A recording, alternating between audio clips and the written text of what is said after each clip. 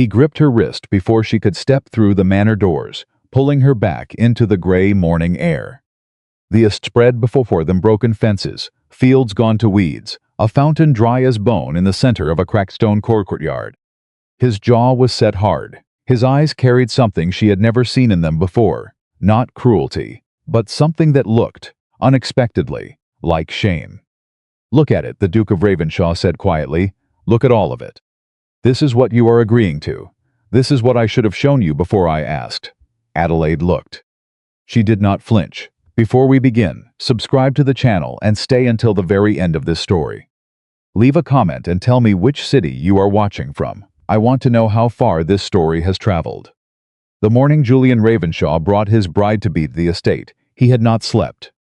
He told himself it was the journey 3 hours by carriage from the Whitmore family's townhouse, the roads poor and the sky threatening rain since dawn.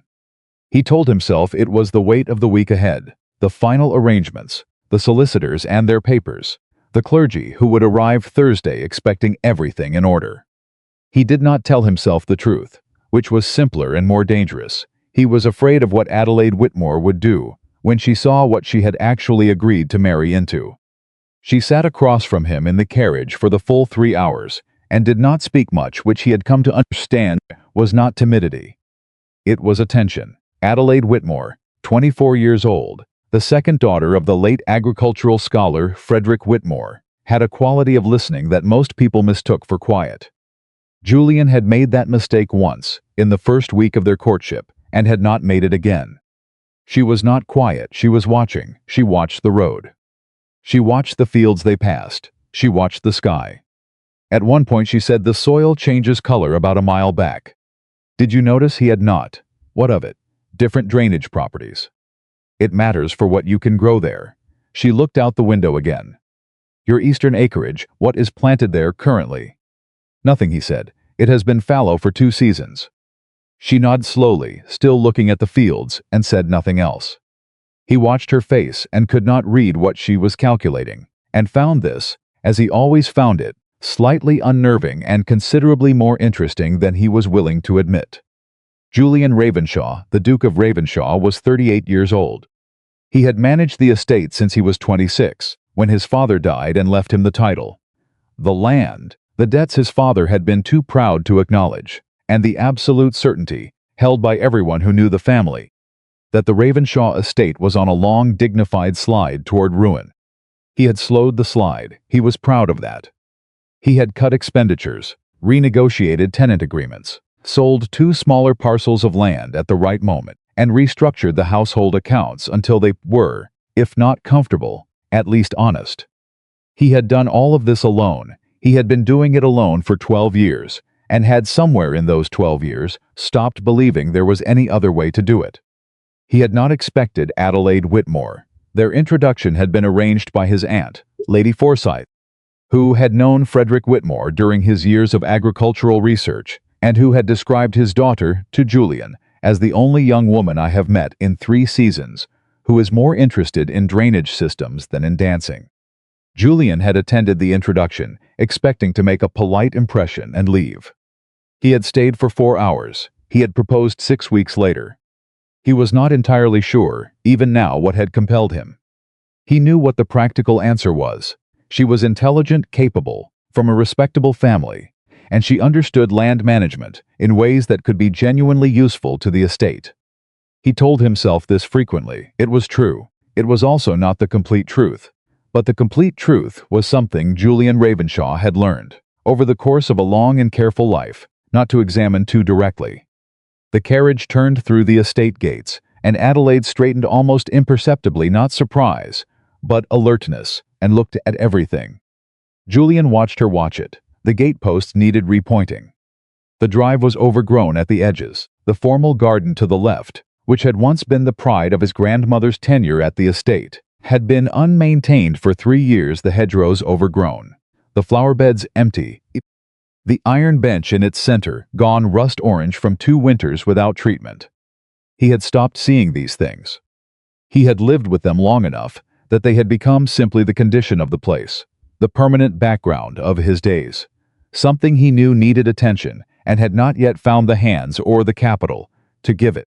He saw them now, through her eyes, and felt something that he recognized, uncomfortably, as embarrassment. He had not been embarrassed about the estate since his first year of managing it, when he was still young enough feel the gap between what it was and what it ought to have been. He had trained himself out of that feeling deliberately. It served no purpose, it produced no solutions. The carriage stopped in front of the manor, and Julian stepped out and reached up to hand Adelaide down, and she took his hand with the directness she brought to everything, and stepped onto the gravel, and looked at the house. He looked at her face, and then, before he had planned to, before he had decided this was the right moment or the right approach, he said, "I need to show you something. Before we go inside, I need you to see it honestly, and I need you to tell me what you truly think." She turned and looked at him. "Walk with me," he said. He took her through the east grounds first. Not because the east grounds were the worst of it, they were not, but because they were honest. The west side of the estate still retained something of its former appearance, and he had caught himself, in the initial stages of their courtship, steering their conversations toward the west side whenever the topic of the estate arose. He had not lied, but he had been selective in what he allowed her to see, and he understood now that selectivity and honesty, in this particular context, were not the same thing. The east grounds showed the estate as it actually was. The farm cottages on the eastern boundary had not had their roofs properly attended to in 4 years. He had prioritized the main manor's structural repairs, when the choice arose as it always arose, the budget presenting him with an impossible arithmetic of competing necessities, and the cottages had waited. They were still habitable. They were not comfortable. 3 of the tenant farmers were behind on their rents. Not because they were unwilling to pay, but because 2 consecutive poor harvests had left them with less than they needed, and more than they could explain to a landlord. Julian had not pressed them. He had also not addressed the underlying problem, because addressing it properly would require an investment he was not yet certain he could make. He showed Adelaide all of it. He walked beside her and said, "That cottage the Alcotts have been there for 20 years. The father broke his leg in the last harvest and has not recovered full use of it. They have 3 children. Their oldest is 13 and doing the work of a grown man." Adelaide looked at the cottage. She looked at the roof. She said, "Has anyone assessed the structural damage, or is the assumption that it is merely cosmetic?" "I don't know," he said. He said it flatly, because it was the truth, and because he had decided, somewhere on the carriage ride, that half-truth served neither of them today. "That matters," she said. "If it is structural and it is not addressed, it becomes 10 times more expensive in 2 years than it would be now."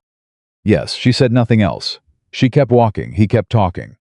He told her about the drainage problem in the northern fields, the reason 2 seasons of crops had underperformed, the reason 3 of his tenant farmers were behind. He told her about the equipment shed that had partially collapsed in the autumn storm and been repaired badly by a man he had hired in haste and regretted. He told her about the mill on the eastern boundary, which had been idle for a year because the mechanism required a part that needed to be made to order, and he had not yet found a craftsman he trusted to do it correctly at a price he could justify. He told her about the money, not all of it. He was not ready to show her all of the ledgers on this particular morning. But enough. Enough for her to understand that the estate was not a comfortable inheritance with some cosmetic problems. It was a property that had been in crisis for over a decade and had been managed by his own efforts to the point of stability without ever quite reaching the point of recovery.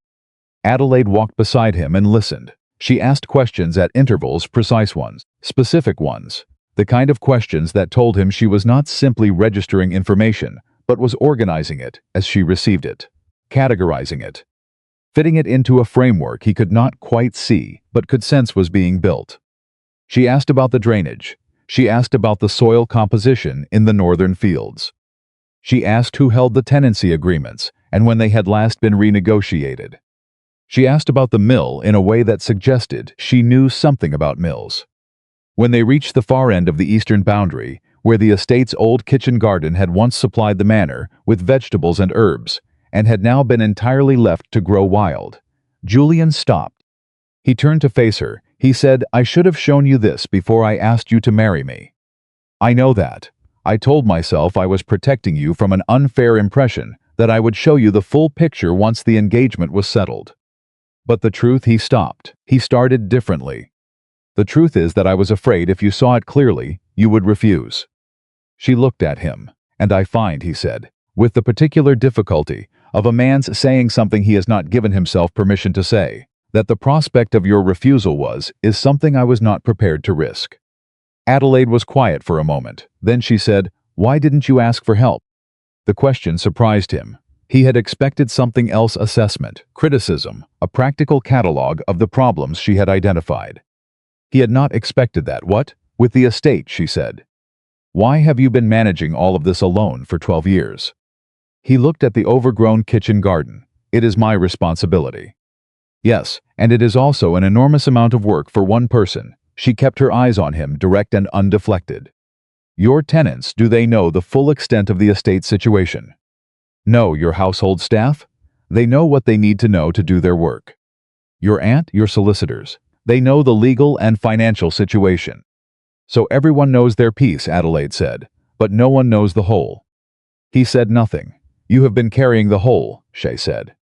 "Alone for 12 years, she paused, "and you think you failed?" It was not a question. He heard it land, heard the accuracy of it, and felt something in his chest tighten in the specific way of a thing that has been true for a very long time and has simply been waiting for someone to name it. "I have not stopped, started again. The estate is stable. I have maintained, I know what you have maintained."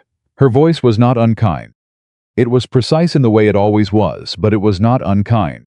"I can see what 12 years of a man working alone against a problem this size looks like. I am looking at it." She looked at the manor, the grounds, the distance beyond. "You have done something genuinely difficult, and you have decided, somewhere along the way, that because it has not been enough, it has been a failure." He looked at her. "That is not the same thing," she said. He opened his mouth, he closed it. "Julian." She said his name with the easy directness she had used since the 3rd week of their courtship, when he had invited it, and then spent a week off balance about the fact that she had simply done it, immediately. Without the layers of social management, most people applied to the use of a duke's given name. "Why did you bring me here today? Not the carriage ride, not the tour. Today, specifically, the week before the wedding." He was quiet for a moment. "Because I realized," he said, "that I was about to ask you to spend your life in a place I had never given you a true look at." "And that fair?" she said. "Yes. To me." "Yes." She looked at him for a long moment. Something moved through her expression, not quite a smile. Not quite something else. Something that was working through a calculation he was not entirely in possession of the terms of. "I appreciated that," she said. "I want you to know I understand what it cost you to do it." She paused. "Now I need you to tell me something honestly." "Yes." "Do you want help?" Not the idea of help. Not the theoretical acknowledgement that help would be useful. "Do you actually want someone else involved in this?" The question sat in the cold morning air between them. Julian Ravenshaw had been managing his estate alone for 12 years because he had believed, with the absolute conviction of a man raised to believe it, that a duke's responsibility was his alone to carry. That asking for help was a confession of insufficiency. That the dignity of the title was bound up inseparably with the ability to manage what the title carried without requiring assistance. He had believed this so completely that he had not noticed, until this moment, that the belief itself was the thing that had isolated him. Not the estate's problems, not the debt or the drainage or the broken mill mechanism or the 3 tenant families behind on their rents. The belief, the absolute certainty that carrying it alone was the same thing as carrying it correctly. "Yes," he said. The word came out quieter than he intended. He said it again more clearly. "Yes, I want help." He paused. "I don't know how to ask for it." "I have never known how to ask for it, but yes." Adelaide nodded once. "Then we begin here," she said. She turned and looked at the overgrown kitchen garden and said, "This is recoverable. The soil underneath has not been ruined. It has only been left alone. Left alone soil recovers faster than people think, if you know what you're doing." She began walking the perimeter of it, not performing, simply thinking aloud. "The drainage issue in the northern fields, is it the ditch system or the field itself?" "The ditch system," he said, following her. "There are 2 points where it collapsed. That is straightforward to repair. if the labor is organized properly. Have you spoken to the tenants about it directly? Not about their rents, about the drainage itself. About what they have observed on their own land? No. She stopped and looked at him. They know more about that land than any assessment we could commission. They have been farming it for years. They know where the water pools, where the ground stays wet longest, where the crops fail first. She held his gaze. They are not behind on their rents because they don't want to pay. They are behind because they are farming land that isn't working correctly. Fix the land, the rents will follow.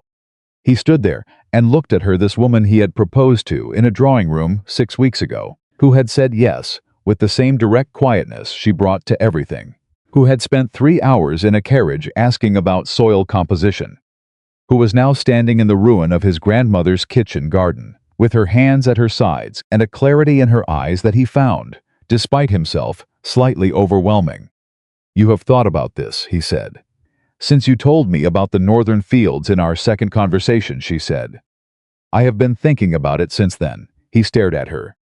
"I did so at the time," she said, "because you had not asked, and because I was not certain you wanted to hear it. Men in your position," she paused, choosing her words.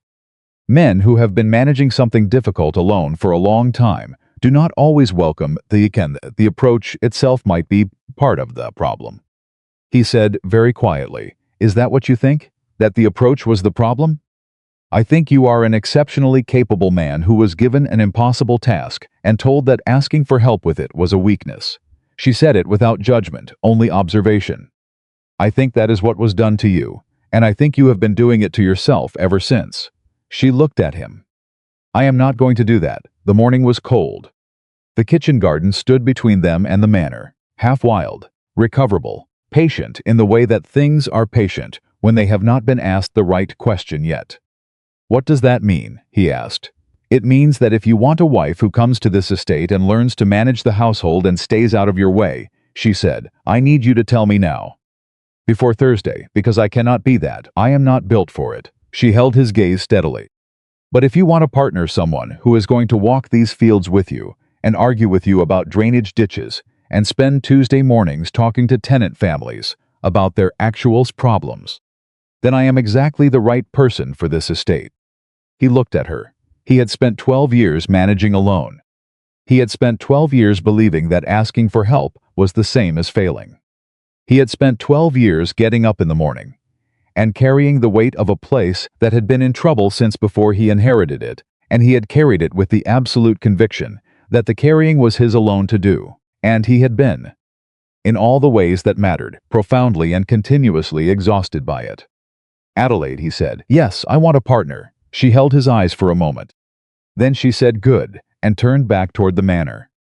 "Come, show me the farm accounts. I want to see where the drainage repair fits against the current budget before I talk to the Alcotts about the roof." He stood in the kitchen garden for a moment longer.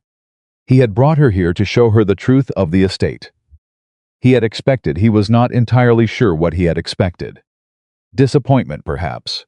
A careful recalibration, the specific kind of courage that comes from a woman deciding to accept something difficult because she has already agreed to it, and the alternative is worse. He had not expected her to already know. He had not expected her to have been thinking about the drainage ditches since their second conversation.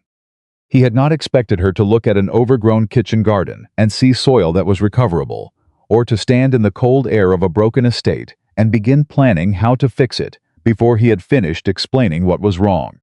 He had not expected to feel, for the first time in 12 years, that the weight he was carrying was not something he had to carry alone. He walked after her. The farm accounts were kept in the estate office, a room off the main corridor, that Julian had arranged with the particular obsessive order of a man managing something that cannot tolerate disorder. Adelaide sat at the desk, which was his desk, which he noticed as a fact, without quite knowing what to do with it, and opened the ledgers with the same directness she had applied to everything else that morning. She did not exclaim. She did not perform surprise or dismay, or any of the responses he had privately feared. She read. She turned pages. She asked questions at intervals, and he answered them. And she wrote things in the small notebook she carried in her coat pocket, and he had come to recognize as something she was never without. After perhaps 40 minutes, she looked up. The drainage repair, she said. If we coordinate the labor with the tenant families, directly not hired outsiders, but the family themselves is fabricated for the additional work, we reduce the cost by roughly a third, and we build something more important. What is that? Trust, she said. They have been managing failing land and paying rents they can barely afford, and wondering whether the Duke of Ravenshaw knows or cares that they are struggling. If you bring them into the solution, if you treat the drainage problem as something that belongs to all of you together, rather than something you are fixing for them, they become invested in the outcome. Julian looked at her. People work differently, she said, when they believe they have a stake in something. When they believe the person responsible for their land actually sees them. You think I have not seen them. I think you have been so busy managing the mathematics of this estate that you have not had much time to manage the people in it. She said it without cruelty. That is not a criticism of your character. It is a consequence of doing this alone. He was quiet. She closed the ledger. She sat back in his chair, in his office, at the desk he had worked at alone for 12 years, and said, I want to walk the northern boundary tomorrow. Before anyone else is up, I want to see the drainage situation in the early morning when the ground shows it most clearly. He said, it will be cold, I know. You should sleep. The wedding is in 5 days, she said. The drainage ditch does not improve on its own because I am sleeping. I want to see it tomorrow morning. He looked at her for a moment. 6 o'clock, he said. 5:30, she said. The light is better. He looked at her. He almost said, you are extraordinary. He did not say it, because it was the kind of thing that would have made him feel exposed, and her, he suspected, slightly impatient. She was not looking for the compliment. She was looking at the problem.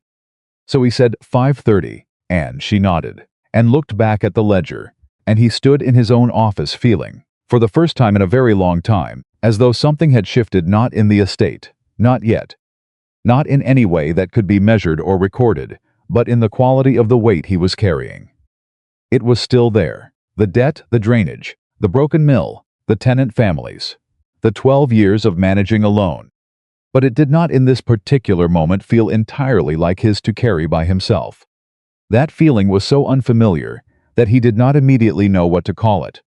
He thought about it for the rest of the day, while Adelaide sat at his desk and worked through the ledgers with her notebook open beside her, her pen moving with the quick precision of someone who had been thinking about numbers like these for weeks.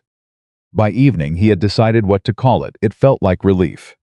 And relief, Julian Ravenshaw thought, sitting across from his future wife, while she argued quietly but firmly about the economics of roof repair versus long-term structural cost, was something he had not allowed himself to feel in a very long time.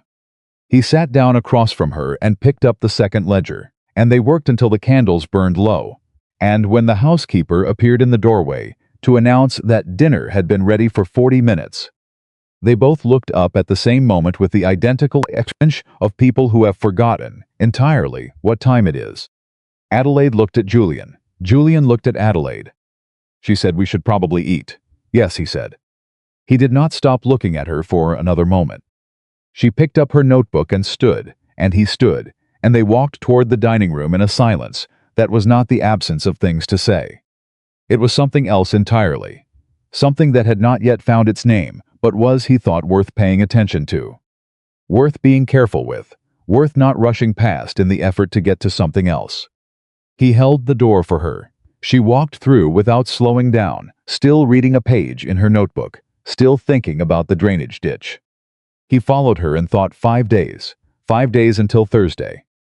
5 days until the woman who had spent 40 minutes in his estate office and reorganized 12 years of accumulated assumption about what it meant to manage something difficult became, formally and permanently, the person who had decided to stand beside him in all of it. He had brought her here to show her the truth, because he believed she deserved to see it clearly before she agreed. He had not expected the truth to look, from where he was standing now, quite so different than it had when he got up that morning. The kitchen garden was recoverable. The drainage ditch could be repaired. The tenants could be brought into the solution. The roof over the Alcott cottage was worth inspecting before assuming anything. And Julian Ravenshaw, who had spent 12 years, carrying the full weight of a struggling estate in the absolute conviction that this was what a duke did, who had woken up that morning afraid of what his future wife would see when she saw it clearly.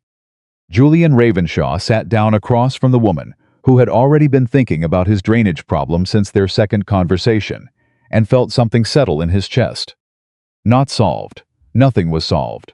The debt was still the debt, and the drainage ditch was still collapsed in 2 places, and the mill mechanism still required a part that needed to be made to order.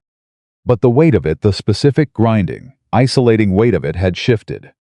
Not because she had fixed it, because she had sat down beside it and looked at it honestly and said, "I'm not going anywhere. Let's start here." Adelaide looked up from her notebook and found him watching her. "What?" she said. "Nothing," he said. She looked at him for a moment with the focused directness that always made him feel, pleasantly and uncomfortably at once, as though she was reading something that had not been fully written yet. Then she looked back at her notebook. "The mill mechanism," she said. "I know a man in the county who does precision metalwork. My father used him twice. I'll write to him tomorrow." Julian picked up his fork. "You know a metalworker who specializes in mill mechanisms."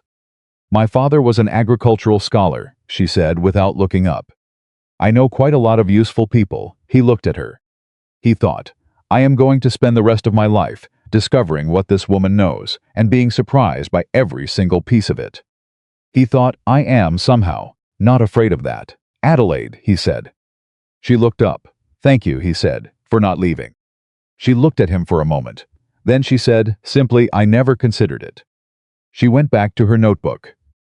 Julian Ravenshaw sat across from her in his own dining room, in his own house, in the estate he had been managing alone for 12 years, and felt, for the first time in a very long time, that he was not entirely alone in it. Outside, the sky had cleared, the night was cold, and the grounds were dark, and the drainage ditch in the northern fields was still collapsed in 2 places.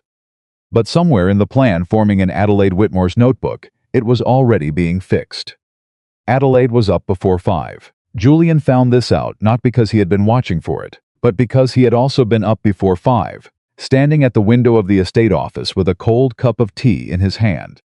And he saw the light move in the corridor before he heard her footsteps. She passed the office door without stopping, already in her coat, her notebook tucked under her arm, moving with the purposeful quiet of someone who had been awake for longer than her feet had been on the floor. He set down the tea and followed her. She heard him behind her and did not slow. "I thought you might sleep until 6. I thought you might wait until 5:30. The ground shows the water table best in the hour before full light." She pushed through the side door without breaking stride. "Your housekeeper left boots by the door. I assumed they were for me." "They were. Good, then let's go." The northern boundary was a 20-minute walk from the manor in daylight. In the early dark, with only the pale beginnings of morning in the sky, and frost on the ground that crunched under each step, it was longer. Julian walked beside her and said very little, because she was not talking, either she was looking, even in the dim light, at everything they passed. The slope of the land, the way water had pooled and refrozen in the low places. The line of dead grass that traced exactly where the drainage problem had spread its damage over 2 seasons. She stopped at the edge of the northern field and crouched down and pressed her palm flat against the earth. Julian stood behind her and watched. She stayed like that for almost a full minute. Then she stood up and turned and said, "It is worse than your ledgers showed." "I know, no, I mean specifically worse. The collapse in the ditch is not the primary problem. The primary problem is here." She pointed at a section of ground 30 feet to the left of the ditch. "Something underneath has shifted. The ditch collapse is a symptom. If you repair the ditch without addressing this, it will collapse again inside 2 years." He looked at the ground. He looked at her. "How do you know that from a minute of observation?" "The frost pattern," she said. "Water is pooling underground and freezing at a different depth here than anywhere else in this field. That means the subsurface drainage is compromised, not just the surface channel." She was already walking toward the area she had indicated, her boots cutting through the frost with quick, confident steps. "Who dug the original ditch system? Do you have records?" "My grandfather, 40 years ago." "Then it was dug for the farming patterns of 40 years ago." She crouched again, this time running her fingers along the earth. "Land use changes. Drainage systems need to change with it. Nobody told this ditch that the field patterns shifted. She looked up at him. Julian, when did you last have a full drainage survey done? He said nothing. She read his silence correctly. Never? My father managed by observation, I continued as he had. Right. She stood up and brushed her hands together.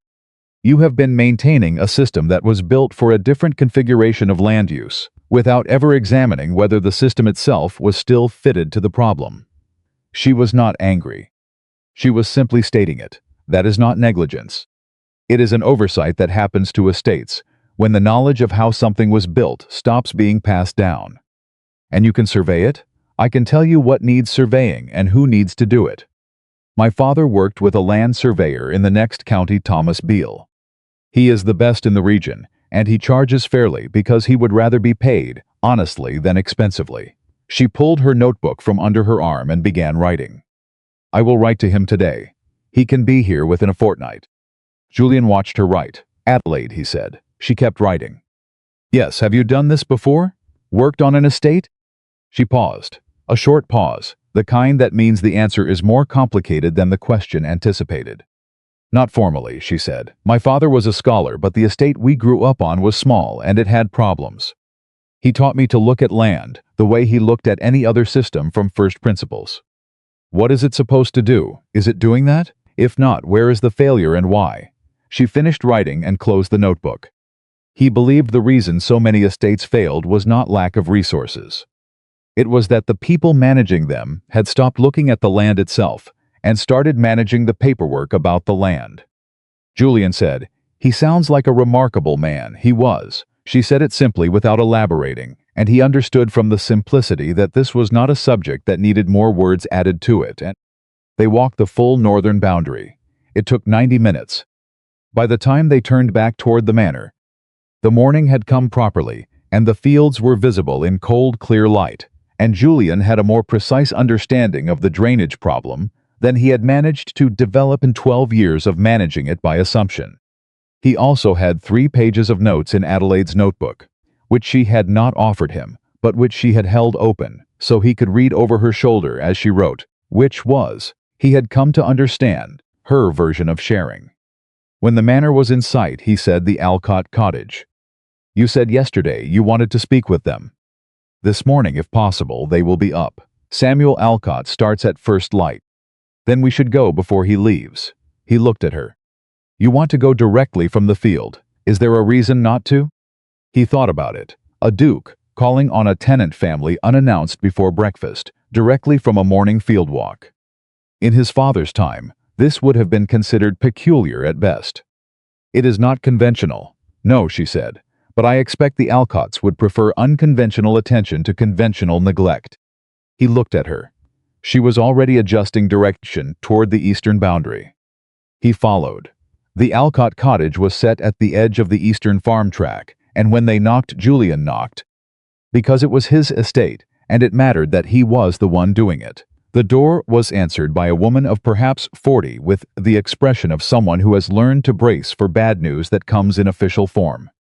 She looked at Julian, then at Adelaide, and the bracing in her expression did not immediately ease. Your Grace, she said, wary contained. Mrs. Alcott, Julian said. I apologize for the hour. I wanted to speak with you about the cottage. He paused. And about how things have been. A silence, not the comfortable kind. Adelaide said gently, May we come in? They sat in the Alcott kitchen, which was warm and clean in the way of small spaces that are maintained by people who have very little and treat what they have with care. Samuel Alcott came in from the back, stopped when he saw Julian and went very still. He was a man of perhaps 45, and he had the look of someone who had been managing pain for long enough that it had become part of his posture. Julian said, I came to ask you directly what you need. Samuel Alcott looked at him for a long moment. Then he said carefully, Your Grace? The drainage in the north field, Julian said. The bad harvests. The rent situation, the roof. He met the man's eyes. I have been managing numbers. I have not been managing the actual problem. I am here to understand what the actual problem is. Samuel Alcott looked at his wife. His wife looked at Adelaide. Adelaide looked at her hands and waited. It was Samuel Alcott who spoke first. He spoke for 20 minutes. He talked about the north field and how the water had been pooling earlier each season for 3 years, getting worse each time, and how the previous harvest had been almost nothing for, because the seed had drowned in the ground before it could establish.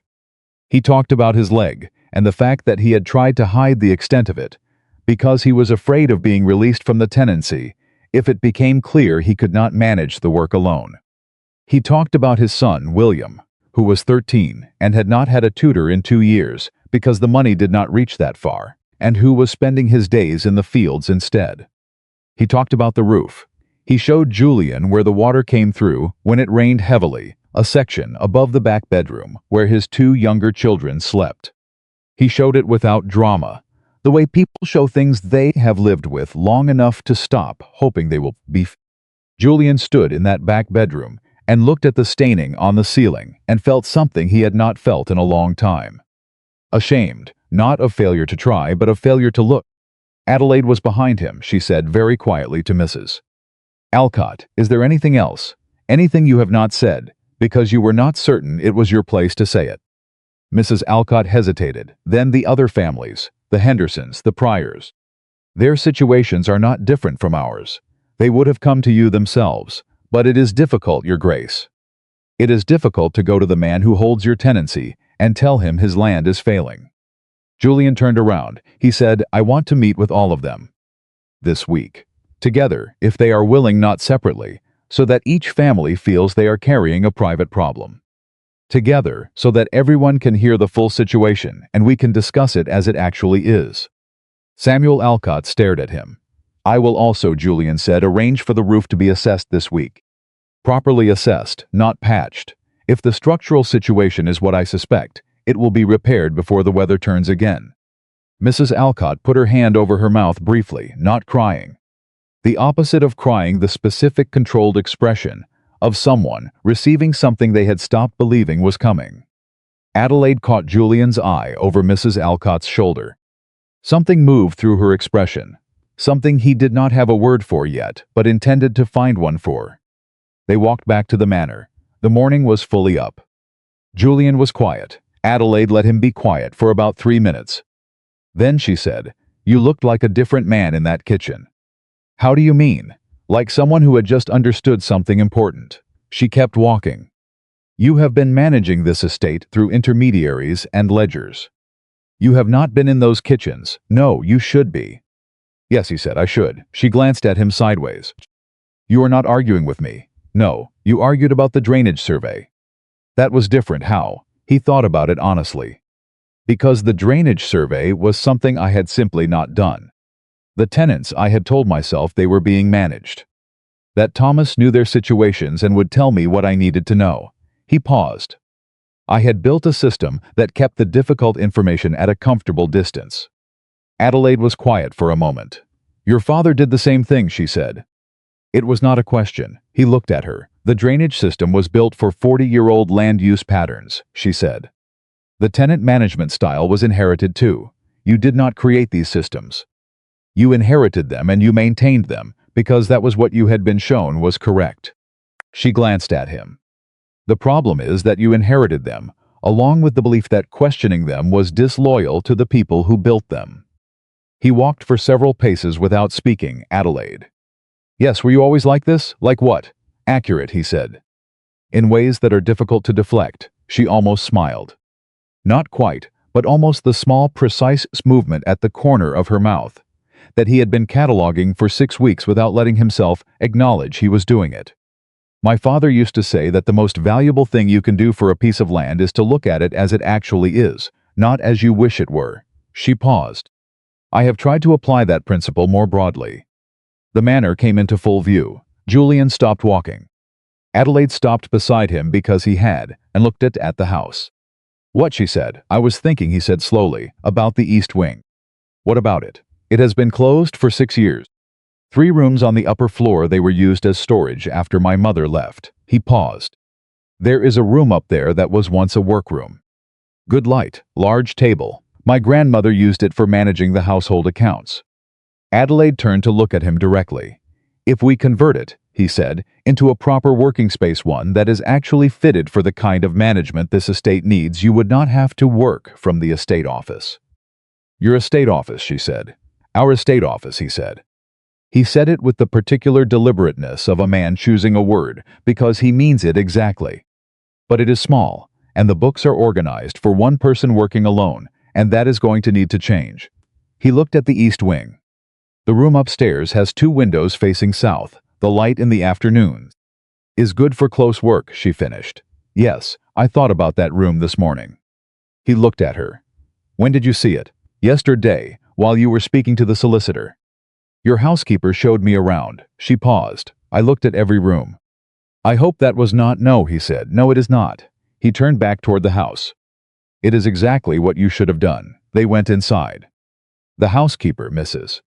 Dalton, a woman of 60 with the contained efficiency of someone who has run a large house for a long time and has developed, over those years, an extremely accurate sense of which situations require involvement and which do not, took one look at the 2 of them coming through the door, frost on their boots, notebooks in hand, Adelaide already talking about drainage surveys, and said simply, breakfast is in 20 minutes.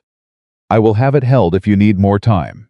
20 minutes is fine, Adelaide said, without breaking stride.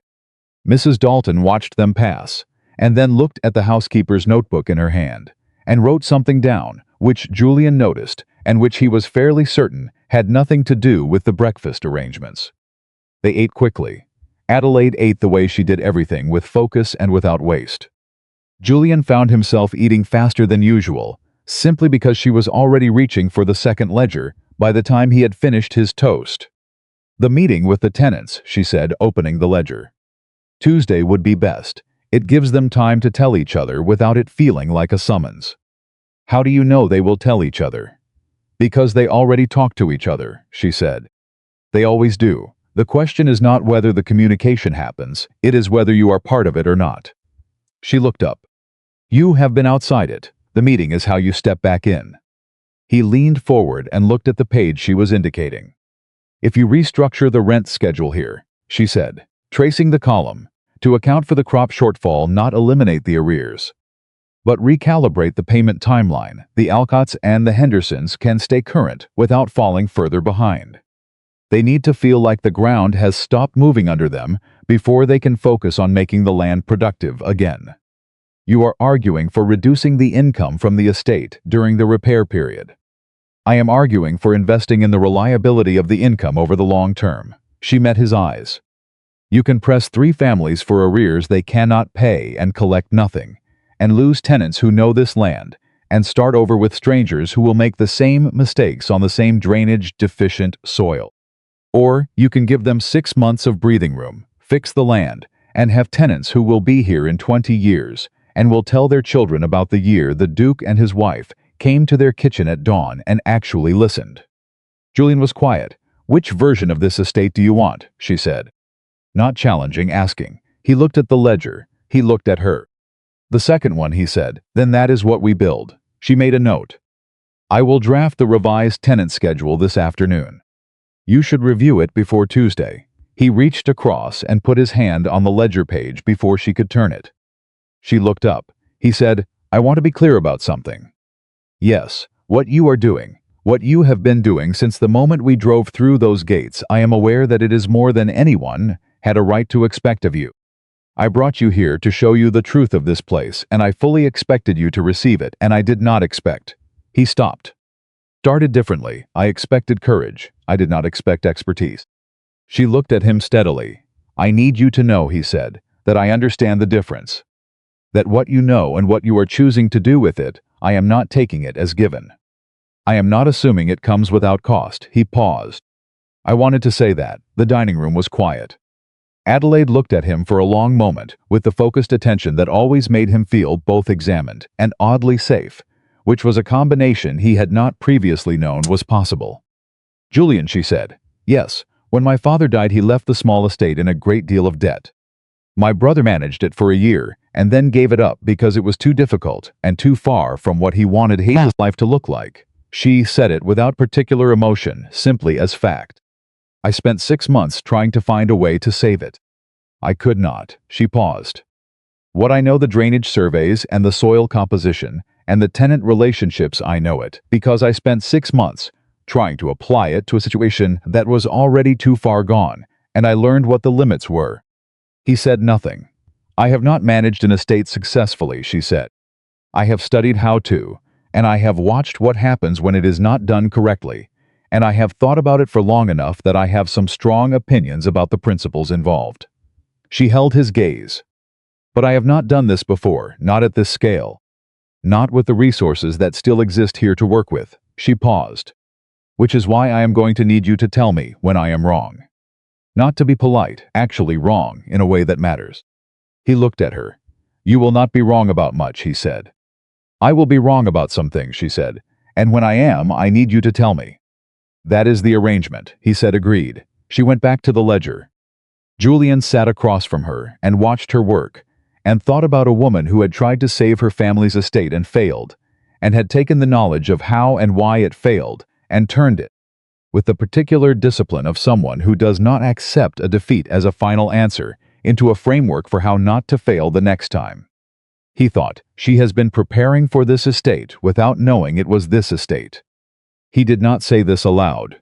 It was the kind of thought that was true in a way that went deeper than the conversation they were currently having. And he was still learning how to be in conversations that went that deep. He was learning, he thought, quickly and with surprising willingness, and in ways that felt less like being taught and more like being returned to something he had known before and lost track of. By midday, Mrs. Dalton had been given instructions about opening the East Wing room. By early afternoon, Adelaide had drafted the revised tenant payment schedule and left it on Julian's desk with a note that said, "Review these figures and tell me what I have missed." Not a request, an expectation. He reviewed the figures. He found one thing she had missed. A small matter of the mill lease, a detail buried in the original agreement that had implications for the revenue calculations she had built. He brought it to her with the note. She read it. She looked at the page. She said, "You are right." He said, "You told me to tell you when you were wrong." I did. She was already recalculating. I do not enjoy it, but I told you to. She made the correction. Thank you. He smiled. He was not entirely sure what his face was doing, but something in her expression shifted briefly. Some small thing, and then she looked back at her work. Tuesday came quickly. The tenant meeting was held in the main hall of the manor, which Julian had never used for such a purpose in 12 years of managing the estate. 6 families: the Alcotts, the Hendersons, the Pryors, the Marsh family from the far eastern boundary, and 2 others whose situations Julian had not known were as difficult as they turned out to be, which Adelaide had known because she had spent Monday asking Mrs. Dalton, who had known perfectly well and had simply been waiting for someone to ask. Julian stood at the front of the room. He told them the truth. Not a managed version, not the version that protected his dignity and explained the problems as external circumstances outside his control. The full truth: the drainage system was outdated. The infrastructure had been insufficiently maintained. The land had been farmed against drainage conditions that were worsening without adequate response. And the result had been poor harvests that had created arrears that were not the tenant's failure but the land's failure, and behind that, his failure to look at the land as it actually was. The room was very quiet when he finished. Then Samuel Alcott said, "You are telling us this yourself." "Not through the steward." "Yes," Julian said. "Why?" Julian looked at the room. He looked at Adelaide, who was standing to his left and slightly back, because this was his moment to stand in, and she had understood that and positioned herself accordingly, without his asking. He looked back at Samuel Alcott. "Because it was my failure to see it," he said. "And it seemed right that the acknowledgement come from me directly." The room was quiet again, a different kind of quiet. Then Mrs. Henderson, a small, sharp woman who had said nothing until this moment, said, "What happens now?" "A drainage survey within the fortnight," Julian said. "Roof assessment for the Alcott cottage this week. Full repair before winter. Revised payment schedules that account for the crop shortfall. You will have them in writing by end of week. And the drainage system itself will be redesigned and rebuilt over the next 6 months, with compensation to any family whose labor is needed during the repair."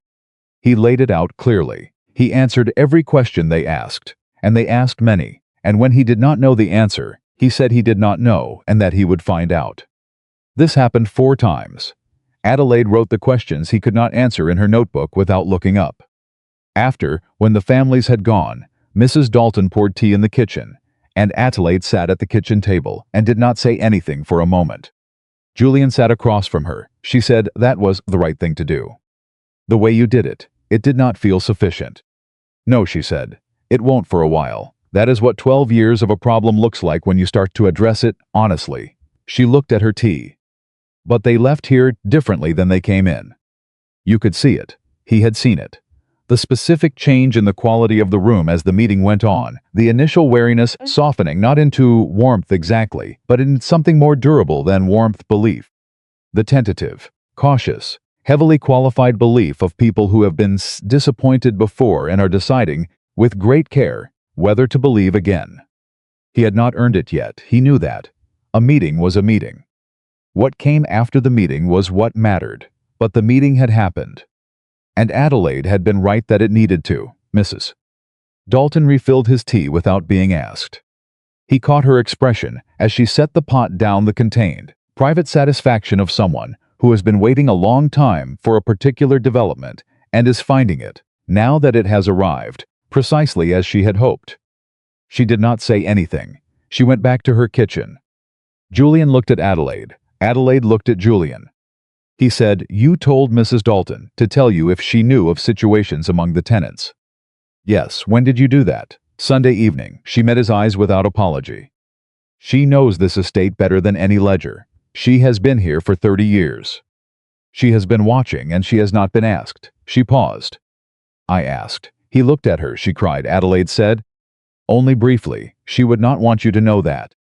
Julian was quiet for a moment. "Adelaide," he said, "what is happening in this house right now? The meeting, the survey, Mrs. Dalton, this is what you were describing in the kitchen garden yesterday. This is what you meant by trust." "Yes." She looked at him steadily. "It is not complicated. It is just slow, and it requires the person at the center of it to be willing to be seen making mistakes." She paused. "That is the part that is hard for people like you. People like me. People who have been taught that the position requires them to appear infallible." She said it without sharpness. "It does not. The position requires them to be responsible. Those are different things." He sat with that. Outside, the afternoon was moving toward evening, and somewhere on the northern boundary, the ground was telling its secrets to anyone patient enough to read them. And in 4 days, a woman was going to stand beside him in a church and agree, formally and permanently, to what she had already clearly decided, which was that this estate and this man were worth the full weight of her attention. Julian Ravenshaw thought about 12 years of carrying something alone, and then thought about the last 3 days, and the difference between the two had a quality he still did not quite have words for. He was going to need to find them. He thought he might have time. 4 days, he said.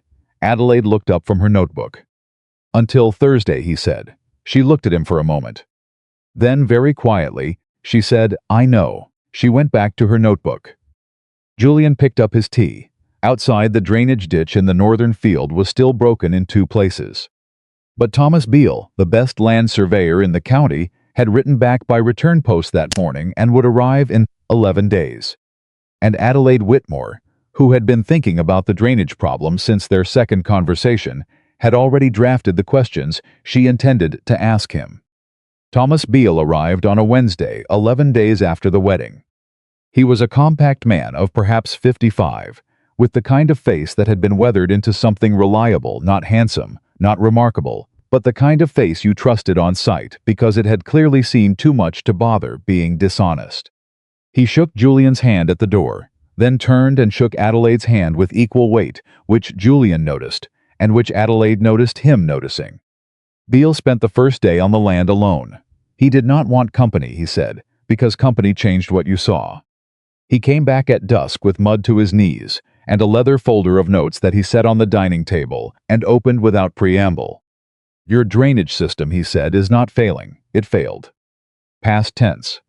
What you have been managing for the last several years is the downstream consequences of a collapse that happened at least 8 years ago and was never properly identified.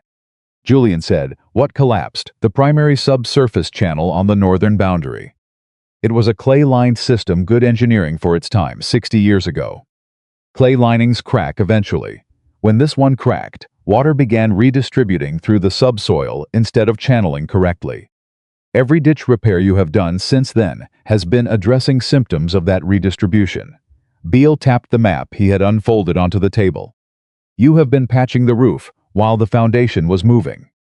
Adelaide looked at Julian. Julian looked at the map. He said, "How long to fix it correctly?" 4 months of work if the labor is organized well, Beale said. 2 seasons before the land fully recovers its productivity. But the recovery will be complete. This is good soil underneath all the damage. It has been working against itself, not against the land's nature. Adelaide said, "And the cost?" Beale named a figure. Julian was quiet. The figure was not catastrophic. It was also not small. It sat in the range of possible that required careful management of everything else for the duration, the kind of expenditure that was absolutely the right decision, and that left no room for error anywhere adjacent to it. Adelaide said without hesitation, "We can do that." Julian looked at her. "The revised tenant schedule frees up capital from the operational account over the next 6 months," she said. "If we defer the manor's east wing conversion, not the working room, that stays, but the other rooms, and redirect that allocation, we have the figure." She looked at Beale. "The labor arrangement I described to you in my letter, the tenants contributing to the repair work with fair compensation, does that affect your timeline?" "Speeds it up," Beale said. "Men who know the land work faster than strangers who don't." "Then that is how we do it." She looked at Julian. "Unless you see a problem." He looked at the map. He looked at the figure. He looked at Adelaide. He said, "No problem." Beale rolled up his map, drank the rest of his tea, and said he would have a full written plan by Friday. Then he left, with the efficiency of a man who bills by result rather than by conversation. The room was quiet. 8 years, yes, Adelaide said. "The whole time I have been repairing ditches and trying to understand why the harvests kept underperforming." The primary channel was already gone. She said it gently. Not softening it, but not weaponizing it, either. You were working with the information you had. Your father's information, your father's systems, your father's diagnosis of the problem. She paused. Now you have a different one. He put both hands flat on the table and looked at the empty space where the map had been. 8 years, he said again. Quieter, Julian, he looked up. "The land is recoverable," she said. "Beale said so." "That is the sentence that matters." He held her gaze. She was right. He knew she was right. The part of him that had spent the last 11 days since the wedding operating at a level of focus and productivity he had not matched in years. The part of him that had sat in on the tenant meetings and signed the revised schedules and watched Adelaide talk to Mrs. Dalton about the household accounts with the same directness she brought to drainage surveys. That part of him understood exactly that she was right. But there was another part, underneath that was absorbing 8 years. 8 years of patching the wrong thing. 8 years of believing the problem was the thing you could see when the actual problem was the thing underneath. He said, "I owe those families more than a corrected payment schedule." "Yes," she said, "you do, and you are going to pay it back in working land and repaired roofs and a drainage system that actually functions." She paused. "That is how you pay it back, not with guilt, with the work." He breathed. "All right," he said. "Good." She picked up her notebook. "I need to write to the Alcotts about the labor arrangement before Saturday. And I want to speak with William Alcott specifically." Julian frowned. "The son? He is 13. He is 13, and he has been doing a man's work for 2 years, and he has not had a tutor in as long," she said. "I want to know what he is interested in, what he is good at." She looked up. "Samuel Alcott is the best reader of that land on the northern boundary. He knows where the water moves before it moves. If William is anything like his father, that knowledge should be developed, not left to manage itself in a farm field." Julian stared at her. "You are thinking," he said slowly, "about the boy's education." "I am thinking about the estate's future in 20 years, she said. "Which requires people who understand the land and have reason to be loyal to it." She met his eyes. "That is not charity. That is investment." He was quiet for a moment. Then he said, "You think at a scale I am not accustomed to." "You think at the scale of the immediate problem," she said, not unkindly. "That is what managing a crisis teaches you. I had the advantage of watching the crisis from the outside long enough to see what came before it and what might come after." She paused. "Between us we have the full picture. Between us." He thought about that phrase for the rest of the day. The letter arrived on Friday morning, 2 hours before Beale's written plan. It was from Lord Ashford. Sir Edmund Ashford, Baronet, who held the estate 3 miles east of Ravenshaw's boundary, and who had, in Julian's 12 years of managing the estate, existed as a peripheral presence in the county's social world, present at the expected events. Cordial at the expected distance, never particularly significant in either direction. The letter was cordial. It expressed congratulations on the marriage. It noted that Lord Ashford had heard, through the county's efficient informal communication network, that there was a drainage survey underway at Ravenshaw, and that this was sensible and overdue.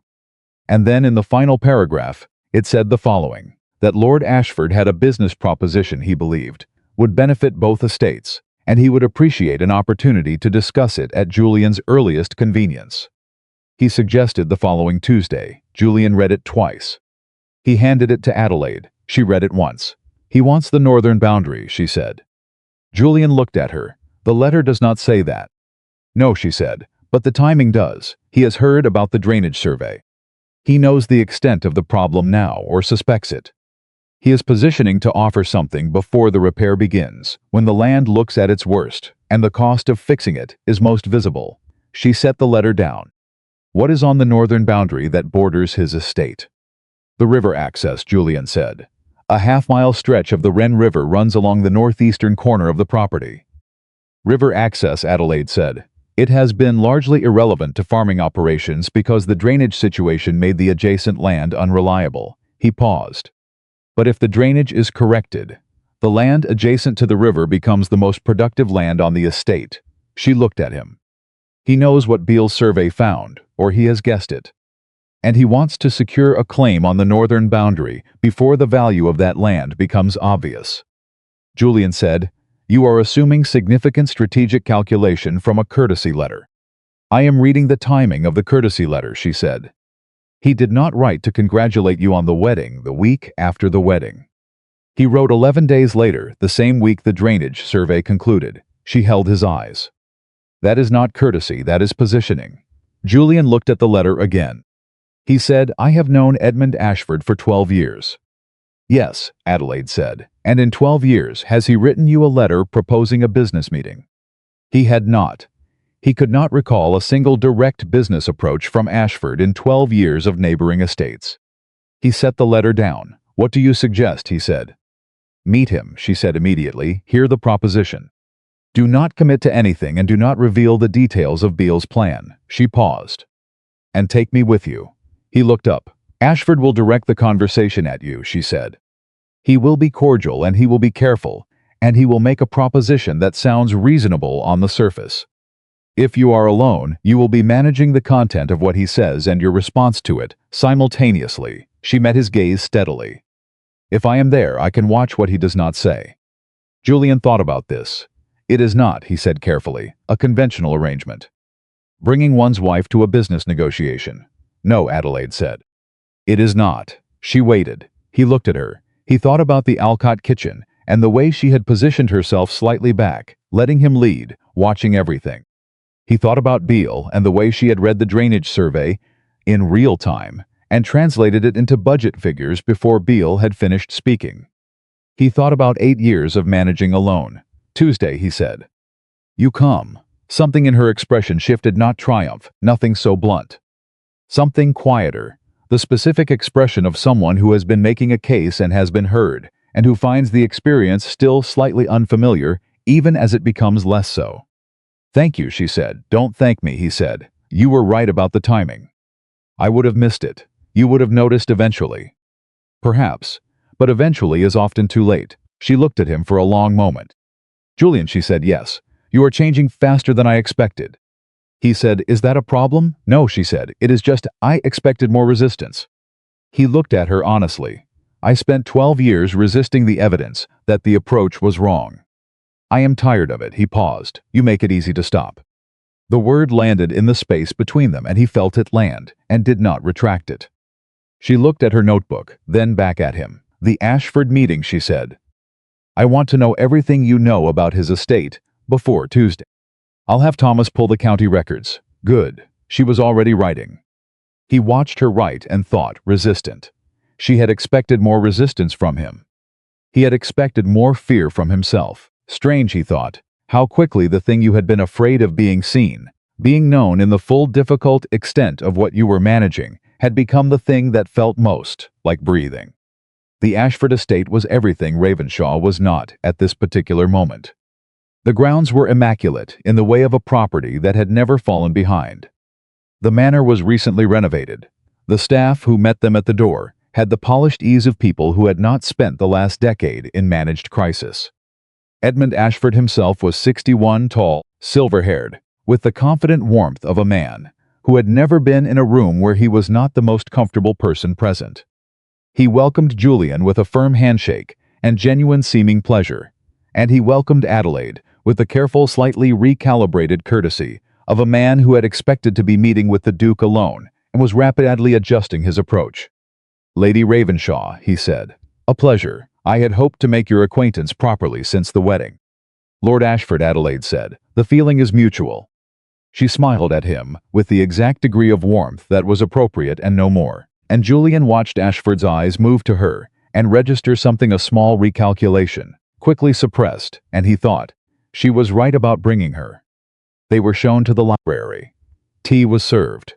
Ashford sat and talked about the county for 10 minutes, the recent weather, a mutual acquaintance's recent good fortune, the perfumes the new road commissioner had made to the eastern routes.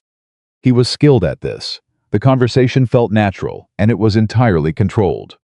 Julian answered when spoken to and let the 10 minutes happen without resistance, because Adelaide had told him in the carriage, let him set the tone first.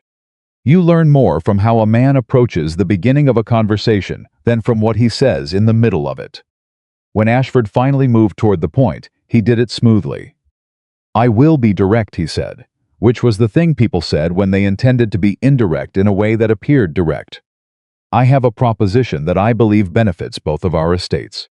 I am aware that Ravenshaw has been through a difficult period, no secret in the county, and no shame in it. These situations arise, and I am in a position to offer something that might ease the immediate financial pressure considerably."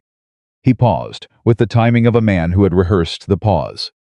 "I am interested in a long-term lease arrangement for the northeastern boundary.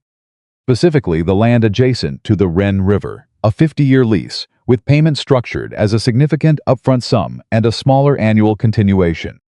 Julian said nothing. Ashford named the upfront figure. It was generous. It was genuinely generous, large enough that Julian felt it as a pull, a real one, the kind of number that did something to a person who had been managing a financial crisis for 12 years.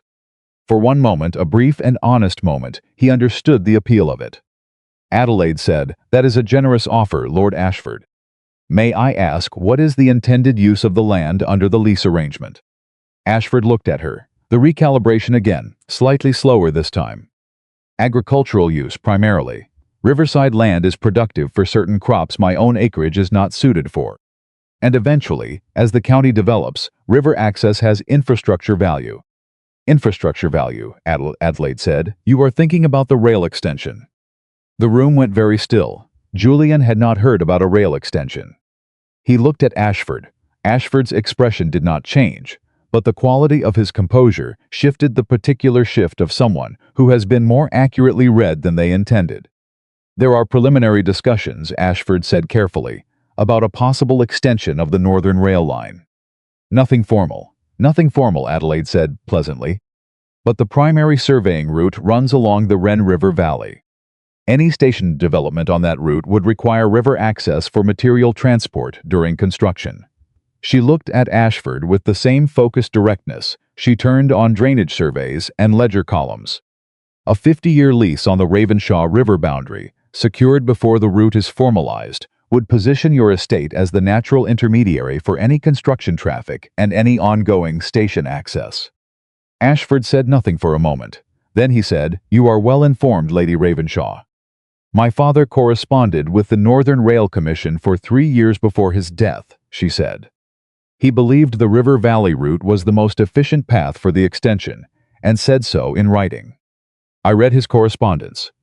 Julian's sat beside his wife and felt something that was not quite admiration. Admiration was too thin a word for it, while she held Edmund Ashford's gaze and waited. Ashford said the rail route is not confirmed. No, Adelaide agreed. But if it is confirmed, and if the Ravenshaw River boundary is under a 50-year lease to your estate, the value of that access does not accrue to Ravenshaw. It accrues to you. She paused, which is, I suspect, a considerable portion of the calculation underlying this very generous offer. Ashford looked at her for a long moment. Then he looked at Julian. And Julian had the specific experience of being looked at by someone who has just realized that the meeting they prepared for is not to end the meeting they are in. Ashford said, I see. Julian said, I appreciate the proposition, Lord Ashford. We will need time to consider it fully, of course. Ashford's recovery was smooth. He was too experienced to lose composure over being outmaneuvered in a first conversation. I hope you will find it worth continued consideration. The offer stands. They left 20 minutes later. In the carriage, Julian waited until the Ashford estate gates were behind them. Then he said the rail extension. Yes, Adelaide said. You knew before we went in. I suspected. The timing of his letter made me think about what had changed recently in the county. The Rail Commission filed preliminary survey paperwork. 6 weeks ago. It is a public record, but it was filed quietly. I looked for it after the letter arrived. She looked at her hands. The Wren River Valley route was my father's preferred option, and I had it already in memory. He looked at her. If the route is confirmed, she said, the northeastern boundary is the most valuable land on the estate. Possibly the most valuable land in this part of the county. And Ashford was trying to lease it for 50 years before we understood that. Yes, Julian leaned back against the carriage seat. He thought about a 50-year lease. He thought about what it would have meant, the upfront payment, real and significant, against the value that boundary would have generated over 50 years if the rail extension went through. He thought about how, 11 days ago, he might have looked at that upfront figure and found it genuinely difficult to refuse. He said, I would have taken it. Adelaide said, possibly. Without you there, I would have taken it. She was quiet for a moment. You would have thought about it carefully. You are not a careless man. I am a man who has been managing an immediate financial crisis for 12 years, he said. Ashford knew that. He timed this because of the drainage survey. You were right about that. And he timed the figure to reach the part of me that has been managing this crisis. He paused. He would have gotten what he wanted, Adelaide said, but he didn't. Because you knew about Rail Commission survey paperwork that is a public record nobody reads. Because my father believed in understanding the full context of any land decision. She looked out the carriage window. He used to say, before you decide what a piece of land is worth, find out what everyone else thinks it might be worth in 20 years. The gap between those two numbers is where the real decisions happen. Julian was quiet for a long moment. Then he said, Adelaide, I need to ask you something. She looked at him. When you agreed to marry me, he said, did you know about the rail extension possibility? The question sat in the carriage between them. She held his gaze without flinching. I knew about the survey filing. I did not know your northeastern boundary was adjacent to the route until I walked the estate with you the morning before the wedding. She paused. When I understood the geography, I understood what the filing meant for Ravenshaw. And you said nothing. I had known for 4 days. I was still working out the implications. She held his eyes steadily. If you are asking whether I married you for the estate's potential rail access, no. I married you because I thought we could build something here that was worth building. The rail extension, if it happens, changes the scale of what is possible. It does not change the reason. He looked at her. He believed her. He believed her completely and without qualification, which was not a thing Julian Ravenshaw did easily or quickly, and the fact that he did it now, in this carriage, without a single moment of doubt, told him something important about the 11 days since the wedding, and what they had established between them. I know, he said. I know that. She let out a breath, small, almost imperceptible. She had been more uncertain about his response than she had let appear. You were worried I would question your reasons, he said. I was worried you would think I had withheld something deliberately. Had you? I was still working it out, she said. That is different from withholding. Yes, he said. It is, he looked at her. For what it is worth, the same standard applies to me. If I am still working something out, I will tell you that. I will not ask you to wait for a conclusion that is not yet reached. She looked at him for a moment. That, she said quietly, is not a standard many people hold themselves to. No, he said, but we agreed to tell each other when we are wrong. I think this is part of the same arrangement. The carriage moved through the county roads, and neither of them spoke for a while, and the quiet between them was the kind that builds, between people who have just been through something together, and are letting it settle the structure of what they know about each other. When the Ravenshaw gates came into view, Adelaide said, "We need to file a response to the Rail Commission survey. A formal statement of land ownership and intended use for the northeastern boundary. It is a public record, and it establishes our position before the route is confirmed." How quickly, within the week ideally, she opened her notebook. "I will draft it tomorrow." He looked at the estate gates as the carriage passed through them. "The drainage repair," he said, "if the rail extension goes through. The northeastern land will be productive and will have infrastructure value," she said. "Which means the cost of the repair will be returned many times over." She looked at him. "It also means Ashford will make another approach. More sophisticated than this one, I know," Julian said. "Let him." She looked at him, something shifting in her expression. "Let him," Julian said again. He was looking at the manor, his estate, his inheritance, the thing that had been in crisis since before he touched it and was now, for the first time in longer than he could account for. Something that looked less like a problem and more like a future. He negotiated against what he thought. "I was a man managing a failing estate alone. He will need to recalculate for what we actually are." Adelaide was still looking at him. He turned and met her eyes. She said, "We." "Yes," he said, "we." She looked at him for a long moment with the focused attention that still 11 days into their marriage made him feel simultaneously examined and exactly seen. "All right," she said. She went back to her notebook. Julian watched the manor come closer and thought about 50-year leases and rail commission filings, and a woman who had read her father's correspondence about River Valley survey routes and retained it for years until the moment it became relevant.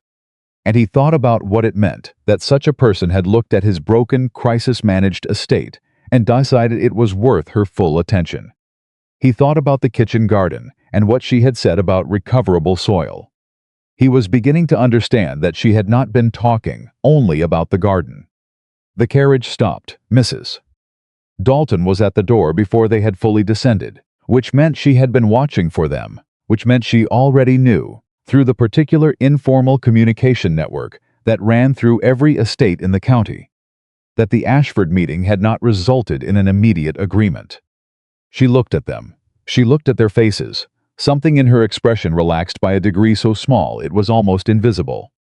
"There is tea," she said. "Good," Adelaide said, and went inside. Julian followed his wife through the door of his own manor and thought, "We." He thought, yes, he thought it had taken 12 years and 1 woman and 11 days of marriage. And the weight he was carrying was still real, and the problems were still real, and the drainage ditch was still broken in 2 places, even if the primary subsurface channel was now identified and scheduled for repair. But the thing that had changed, the fundamental irreversible thing, was that he was no longer carrying any of it alone. And Edmund Ashford, sitting in his immaculate library 3 miles east of the Ravenshaw boundary, was going to need a great deal more time to recalculate what that meant. The Rail Commission confirmed the River Valley route on a Thursday morning in late October. Julian heard it from his solicitor, who had received word from the county office, who had posted notice the previous afternoon. He read the letter standing in the estate office doorway and then walked directly to the East Wing workroom, where Adelaide had since 7, and set the letter on the table in front of her without saying anything. She read it once. She set it down. She said, "How long do we have before Ashford moves?" "Days," Julian said. "Perhaps less." She was already standing. "The commission filing the statement of land ownership and intended use. Did it clear? Confirmed 3 weeks ago. It is on record." "Good." She crossed to the shelf where she kept the county correspondence files. She had organized the estate office into a system that was entirely hers within the first month of marriage. And Julian had watched it happen with the specific feeling of someone observing a natural force reorganize its environment. Then our position on the northeastern boundary is established before his approach. Whatever he offers now, we are not negotiating from uncertainty. Julian said he will not make another offer. She stopped. Turned. He will apply pressure through the commission, Julian said. He has connections there. I should have told you this sooner, and I apologize for it. Lord Ashford's brother-in-law sits on the Northern Rail Commission as a secondary assessor. Not a voting position, but an influential one. He paused. He can create procedural complications for our filing. Challenge the land use declaration, request additional surveys, delay the formal route confirmation against our boundary. Adelaide said, "How long have you known about the brother-in-law?" I recalled it 2 days after our meeting with Ashford, Julian said. He held her gaze. I should have told you immediately. She looked at him for a moment, not angry, assessing. You were deciding whether it was relevant, she said. I was deciding whether I was correct about the connection before I raised it. I did not want to alarm you with an assumption. He paused. That was the wrong call. I understand that now. Yes, she said. It was. She said it without heat, the way she said things that were simply true. Between us means both directions, Julian. Information you are still working out. You tell me you are working it out. You do not work it out alone and present the conclusion. I know, do you? He met her eyes. I am still learning the shape of it. I built 12 years of habits in that office alone. Some of them do not unlearn in 6 weeks. She held his gaze. Then something in her expression shifted, not softening exactly, but adjusting the way a precise instrument adjusts when it receives new calibration data. All right, she said. That is honest. She looked at the letter. The brother-in-law, what is his name? Reginald Forsett. She went still. Julian watched her go still and recognized it, the specific quality of stillness that meant she had connected something. Adelaide, Reginald Forsett, she said slowly. My father corresponded with a Forsett on the commission. I read those letters. She moved to the file shelf and began moving through the correspondence folders she had organized from her father's papers. She had brought 3 boxes of them to Ravenshaw after the wedding, and Julian had thought at the time it was sentiment. He understood now it was a working archive. Forsett wrote to my father twice about the River Valley route. He was not opposed to it, but he had concerns about the northern approach angle. My father wrote back with a detailed technical argument. She found the folder, opened it, read for 30 seconds. My father's argument convinced him. Forsett wrote a final letter acknowledging the technical point and endorsing the River Valley approach. She looked up at Julian. Forsett agreed with my father in writing, she said. Which means if he now acts to obstruct the route confirmation for Ravenshaw's boundary, he is acting in direct contradiction to a position he formally endorsed. She held up the letter. And we have the documentation. Julian looked at the letter in her hand. He thought about 3 boxes of her father's correspondence, packed and brought to Ravenshaw, which he had thought was sentiment. He said, your father taught you to keep everything. He said, you never know which letter becomes the most important one. She set the folder on the table. I need to write to Forsett directly, not about the obstruction. We do not know yet that he will attempt it, but a courtesy letter, establishing that I am Frederick Whitmore's daughter, that I have his correspondence, and that I have a great deal of respect for the technical work he and my father did together. She looked at Julian. A relationship before it becomes necessary. You want to establish a connection with the man before Ashford activates him. I want to remind him that his endorsement of the River Valley route exists in writing, and that Frederick Whitmore's daughter is paying attention. She was already pulling paper. That is not a threat, it is a fact. But facts, delivered at the right moment to the right person, do considerable work. Julian sat down in the chair across from her desk, he thought, because she had made it hers through simple continuous use. The way she made every space she worked in hers and watched her write. She wrote quickly. She always wrote quickly, as though the words had already been arranged before the pen touched the paper. When she finished, she looked up. Read it. He read it. It was 3 paragraphs. It was courteous and warm and mentioned her father with genuine feeling, and it referenced the River Valley correspondence with the lightness of someone sharing a pleasant memory, and it contained, visible only if you were looking for it, the clear implication that she knew exactly what her father had written and had the letters to prove it. He set it down. He said, "This is the most polite document I have ever read that also functions as a warning." "It is not a warning," she said. "It is an introduction." Adelaide. "It is a very clear introduction," she said, and the corner of her mouth moved in the way it moved when she was aware of being precise, in a way that was also slightly funny, and Julian felt something warm and uncomplicated move through his chest. "Send it," he said. She sealed it. She handed it to him. He took it to Thomas, their steward, who had spent 6 weeks recalibrating to a household that now operated with twice the organized intent and half the isolated decision-making of the previous 12 years, and who had arrived at a state of quiet, efficient satisfaction that he expressed through impeccable execution and absolutely no unnecessary commentary. Thomas looked at the letter address. He looked at Julian. He said, "I'll see it goes this afternoon." "Good man," Julian said. He walked back to the workroom. He stopped in the doorway. Adelaide was still at the desk, but she was not writing. She was sitting with her hands folded and looking at the window with the expression she got when she was working through something that had not yet resolved into words. He knew this expression. He had learned it in 6 weeks of watching her think, which was something she did constantly and visibly if you knew what to look for: the slight tension in the line of her jaw, the particular quality of focus in her eyes that was different from her reading focus, and her writing focus, and her argument focus. This was her calculating focus. Something was running underneath. He sat down across from her and waited. She said, without looking away from the window, "The advisors are going to be a problem." He had been expecting this. He had been expecting it since the 2nd week of their marriage, when she had sat on a meeting with the estate's 2 senior advisors, men who had served the Ravenshaw estate for 15 and 20 years respectively.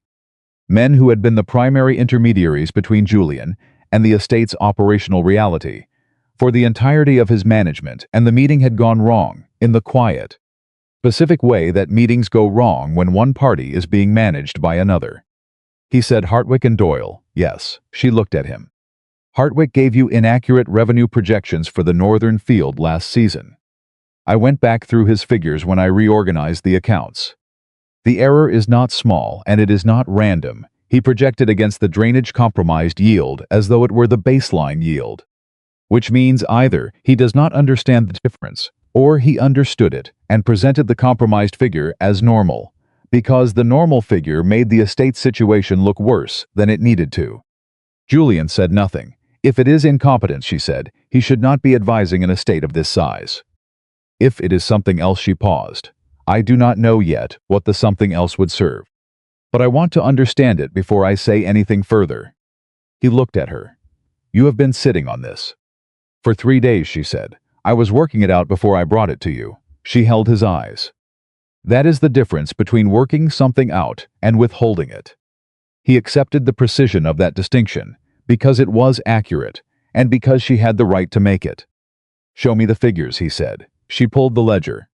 They sat together for an hour going through it. Julian was not an inexperienced reader of accounts. 12 years of managing the estate had made him competent at the financial mechanics, but what Adelaide did with the same numbers was different.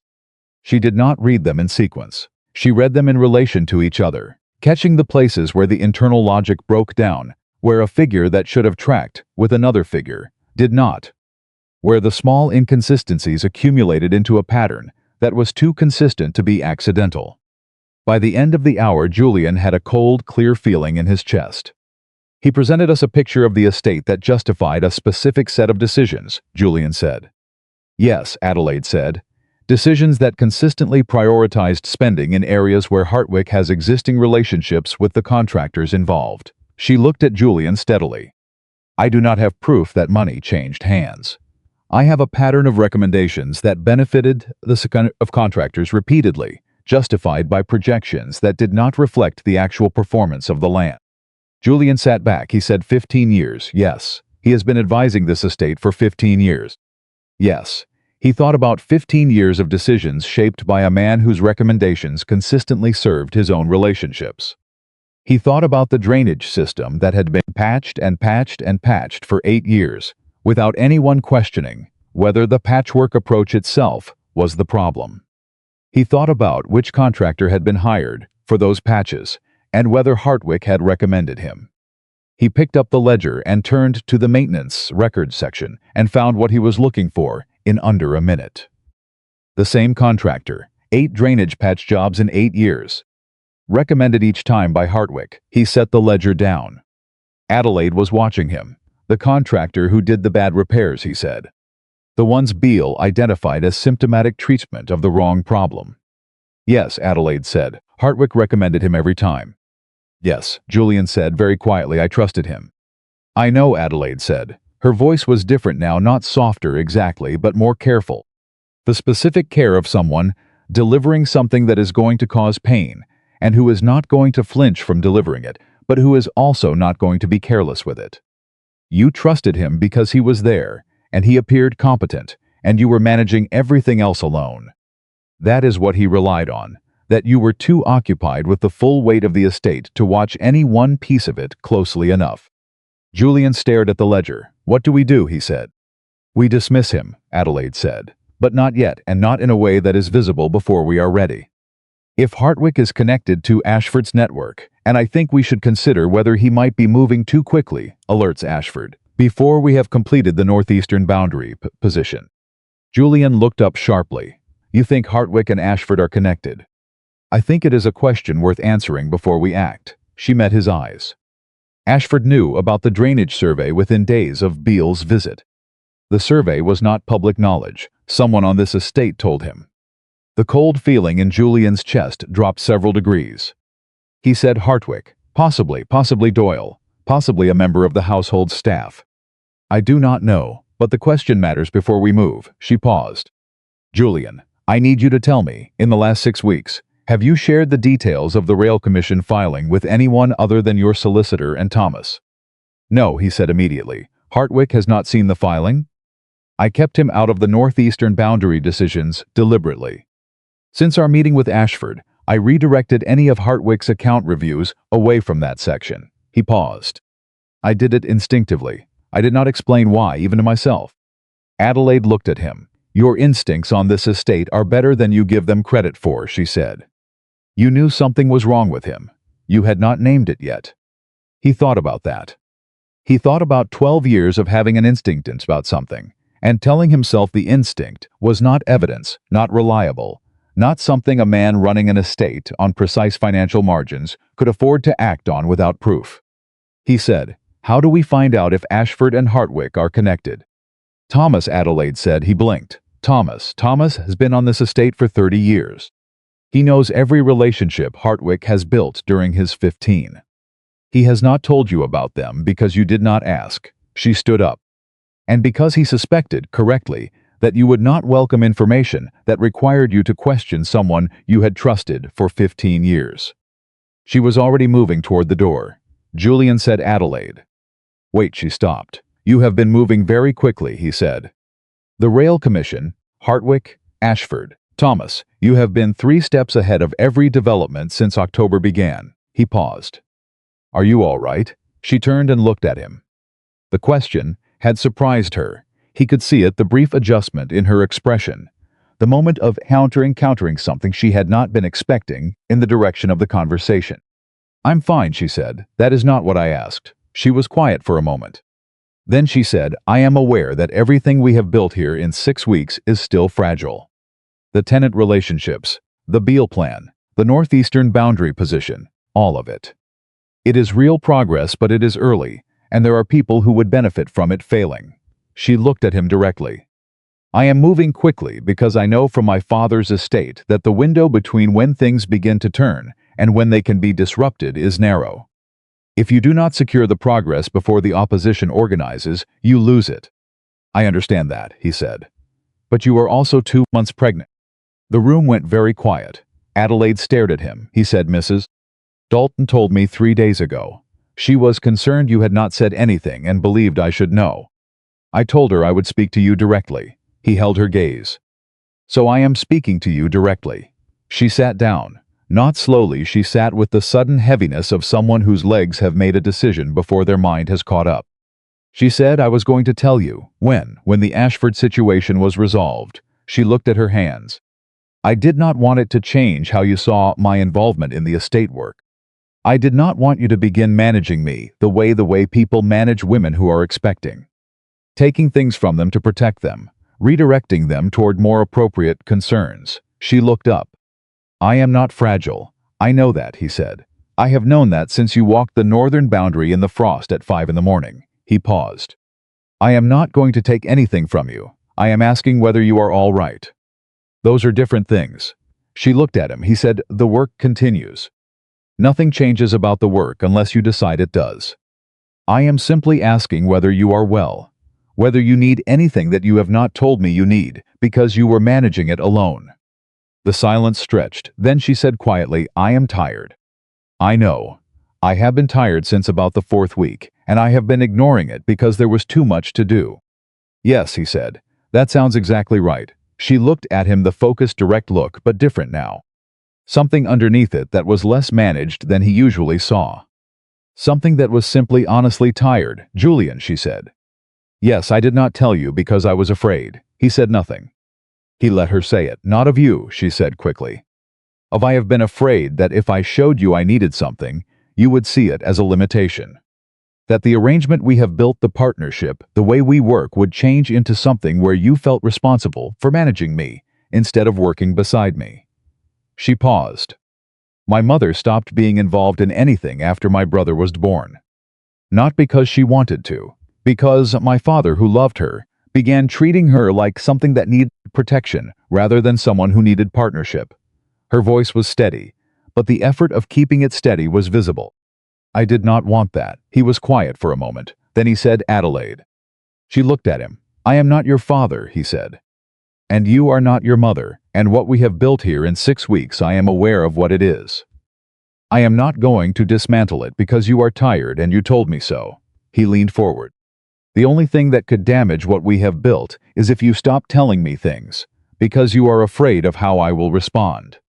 That is the thing I want you not to do, she breathed. It was a long breath, the kind that means something has been held for longer than is comfortable. All right, she said. Are you actually all right? Physically? Yes, the physician in the village confirmed it 2 weeks ago. Everything as it is progressing normally. I am simply tired. Then this afternoon, he said, you are going to stop working at 3 o'clock and rest. Not because I am managing you, because you are tired, and you have been pushing past it for a month, and there is no version of this estate's future that does not require you to be well. She looked at him for a moment. 3 o'clock, she said. 3 o'clock, and tomorrow morning we speak with Thomas about Hartwick. Tomorrow morning, he agreed. She nodded. She reached across the desk and picked up her pen. She looked at the ledger in front of her and looked at Julian and said, I should have told you sooner. Yes, he said, you should have. I am still learning the shape of it too, she said. He looked at her. The trusting someone with the full weight of it, she said. Not just the estate, the rest. She held his gaze.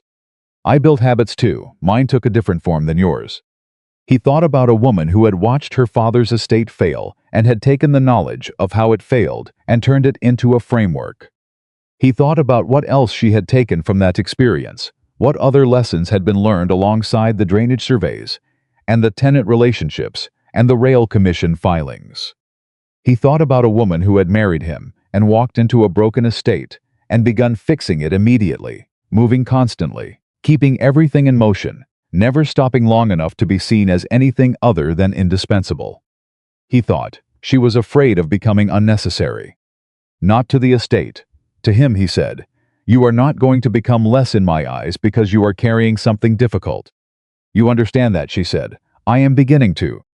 Good, he said. Continue beginning. The corner of her mouth moved. The small, precise movement. That is very poor grammatical construction. I know, he said. I will do better. She went back to her work. He sat across from her and did not move. And they worked in parallel for the next 2 hours, him through the contractor records, looking for every engagement Hartwick had directed in the past 5 years. Building the documented picture she needed before they could act, and when the clock reached 3, Adelaide set down her pen without being told and pushed her chair back. He looked up. She said 3 o'clock. Yes, he said. She stood, collected her notebook, and walked to the door. She stopped with her hand on the frame and turned back. Julian, yes, thank you, she said, for asking if I was all right. She paused. It has been a long time since someone asked that and actually wanted the answer. He held her gaze. I always want the answer, he said. She nodded once. She left.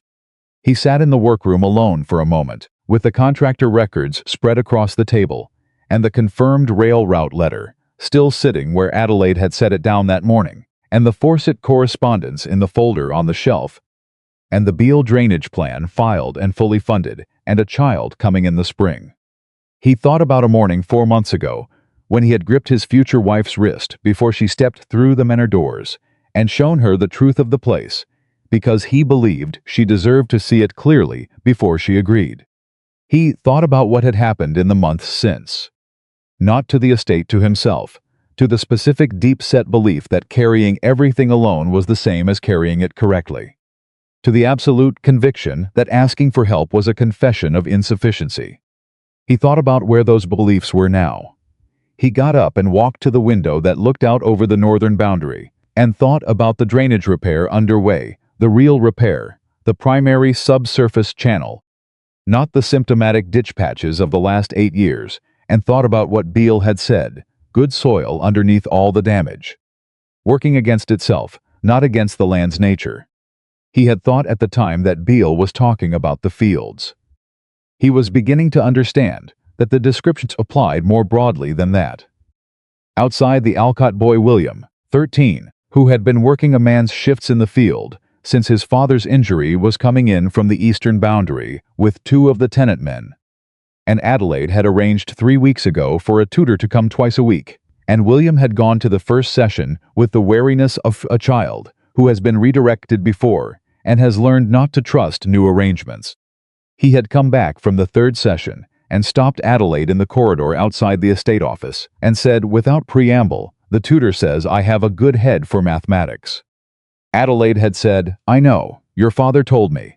The boy had looked at her and then looked away quickly, the specific movement of someone managing an emotion they are not yet ready to name, and then walked away without saying anything else.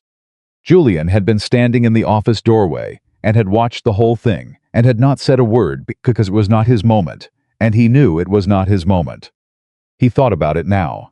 He thought, this is what she meant by investment. Not the drainage system, not the northeastern boundary. This, William Alcott, 13 years old, who had a good head for mathematics, and who now had someone telling him so, and who might one day understand this land the way his father understood it, and bring to that understanding something his father had never been given the opportunity to develop. That was the 20-year picture. That was what Adelaide had been building from the first morning she walked the northern boundary in the frost, before the wedding, before any of this was formalized or certain. Julian Ravenshaw stood at the workroom window and felt something he had been feeling for weeks in pieces and was now feeling whole. The estate had not changed enough yet to call it anything other than in progress. The drainage repair was ongoing. The Hartwick situation was unresolved. Ashford would make another move. The rail extension would bring complications alongside its opportunities. There was still a great deal of work to do, but the weight of it, the specific quality of it, the texture of how it sat in his chest when he thought about tomorrow, and the day after and the year after that had changed completely. He turned away from the window. He picked up the contractor records. He had until Thomas came tomorrow morning to have the documentation in order, and he intended to have it in order. And he was going to do that work now, while his wife rested at 3 o'clock in the afternoon, because she was tired and had finally said so. He sat tight down and began to work, and outside the workroom door, in the corridor that led to the staircase, he heard Mrs. Dalton's footsteps, unhurried, purposeful, moving in the direction of the kitchen, and he thought she was probably arranging something warm for when Adelaide came back downstairs. He thought, 30 years on this estate, and she had been waiting for this. He thought so had the land. He thought so, if he was honest, had he. He turned to the next page of the contractor records and kept working.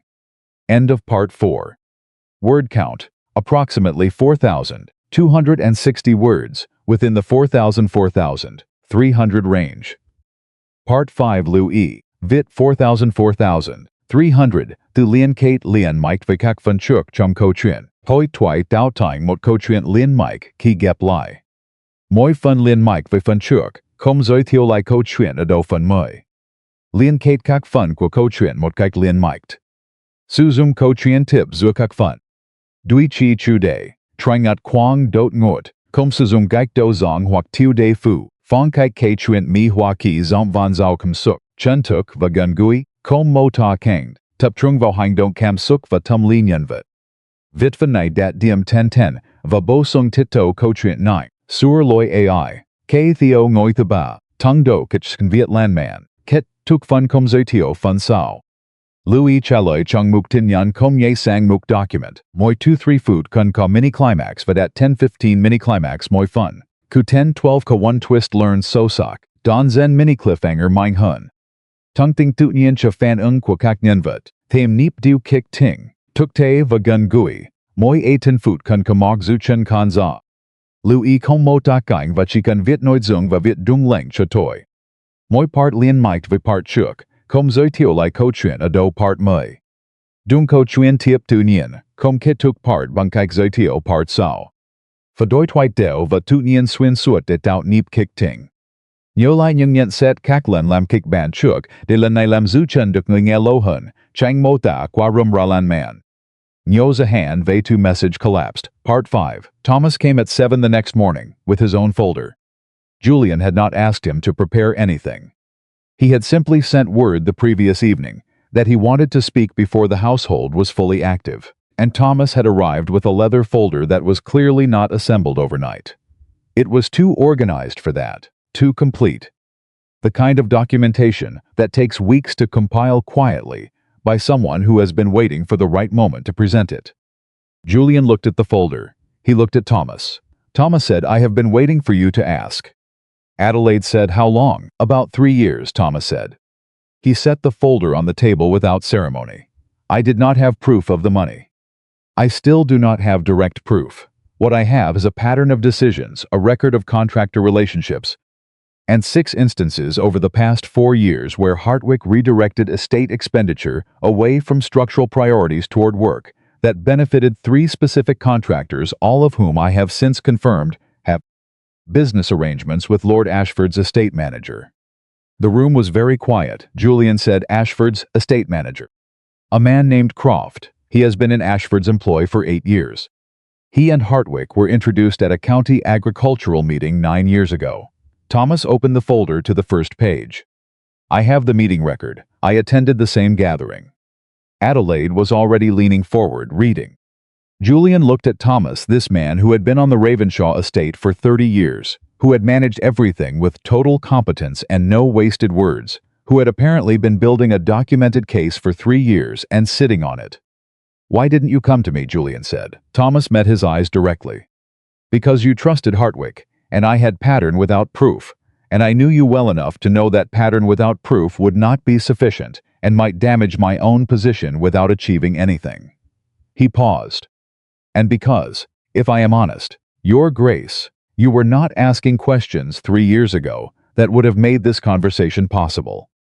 Julian absorbed that, but Lady Ravenshaw, Thomas said, with the smallest possible shift in his expression, was asking the right questions in her 3rd week. Adelaide looked up from the folder. Thomas said, "You came to me about the household accounts. You asked which advisors had recommended which contractors. You did not tell me why you were asking, but the questions told me the time had come." He looked at Julian. "She was doing what you were not yet ready to do." Julian said, "You have been waiting for her." "I have been waiting for someone," Thomas said. "I am glad it was her." Adelaide set the folder down. She looked at Julian. He looked at her. She said, "The 6 instances Thomas identified, they align with the contractor pattern I found in the accounts. We have the same picture from 2 directions." She turned back to Thomas. "The Ashford connection, is it documented well enough to present formally if we needed to?" "Not for a legal proceeding," Thomas said, "but well enough to make Hartwick understand that we understand. And well enough that if Ashford's brother-in-law moves against the commission filing, we have grounds to question his neutrality in a way that is difficult to dismiss." Julian said, "We use it defensively. We use it as a boundary," Adelaide said. "Ashford wants the northeastern boundary. Hartwick has been feeding him information about this estate for years.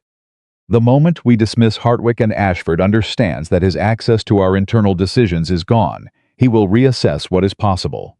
She looked at Thomas. "If we dismiss Hartwick cleanly with documentation, And we file Thomas's pattern record with our solicitor as a precautionary measure. Ashford knows we have it. He does not know what we will do with it. That uncertainty is worth more than any action we could actually take." Thomas said, "That is exactly right." Julian looked between them. He said, "How long have the two of you been thinking along the same lines?" Thomas said nothing. Adelaide looked at the folder.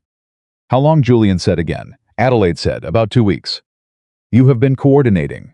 We have been sharing information," she said. "Which is different." She met his eyes without apology. "You were building the contractor record. I did not want to alarm you about Hartwick before the picture was complete." Thomas was building from his side. We compared notes twice. Julian looked at Thomas. Thomas said, with the absolute calm of someone who has decided to be fully honest and is not going to be rushed out of it, "She came to me. She said, 'I think there is a problem with Hartwick, and I think you know more about it than I do.' I told her what I knew. She told me what she had found. We agreed to wait until the picture was full enough to bring to you without gaps." He paused. "I would have done the same for your father, had your father been open to it." He was not. The room was quiet. Julian thought about his father.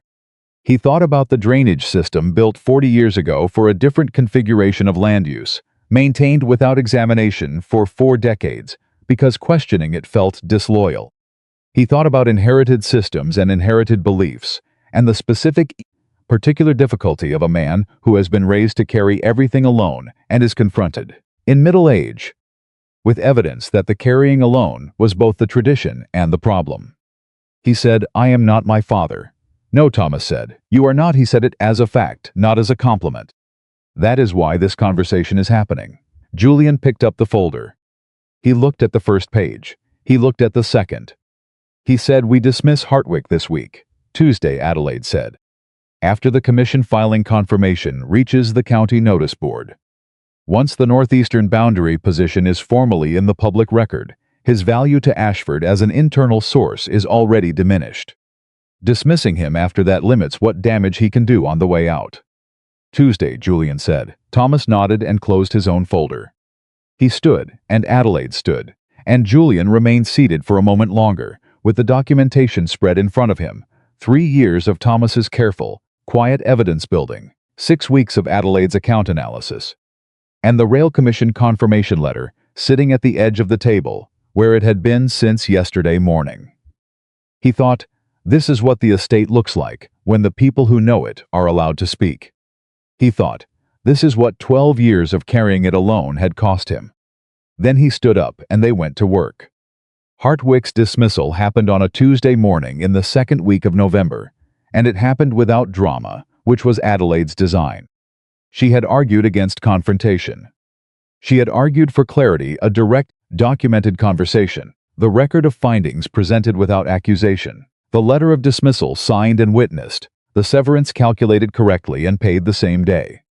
No room for negotiation, no invitation to dispute, nothing that gave Hartwick a grievance to carry to Ashford that was larger than the facts of his own conduct. Julian had conducted the meeting himself. Adelaide had sat to his left, which she did not announce and did not explain, and Hartwick had looked at her when he came in and understood immediately that the meeting was not what he had been preparing for. He had tried briefly to reframe, to suggest that the contractor relationships were a normal feature of estate management, that the projections had been his honest read of the land's performance, that any appearance of impropriety was the result of misunderstanding rather than intent. Julian had opened Thomas's folder. He had set it on the table facing Hartwick. He had not said anything. Hartwick had looked at the folder for a long moment. Then he said, "I see, yes," Julian said. The meeting lasted 22 minutes. Hartwick left with his severance payment and his letter, and without having said another word that mattered, and the door closed behind him, and Adelaide looked at Julian, and Julian looked at Adelaide, and the estate office was very quiet. "That was well done," she said. "The folder did most of it," he said. "You opened the folder," she said. "That was the decision." He thought about 15 years. He thought about trust that had been placed and held and never examined closely enough, and about the contractor who had patched the drainage ditch 8 times without fixing the primary channel, and about all the decisions that had looked correct from the surface, because nobody was looking underneath. He said, "What happens next?" "Ashford will hear about it by end of week," Adelaide said. "He will know the internal access is gone.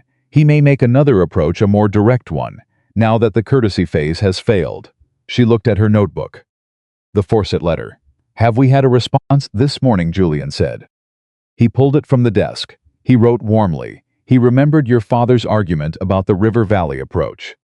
He asked whether you had your father's full correspondence on the subject and whether you might be willing to share it for the Commission archives.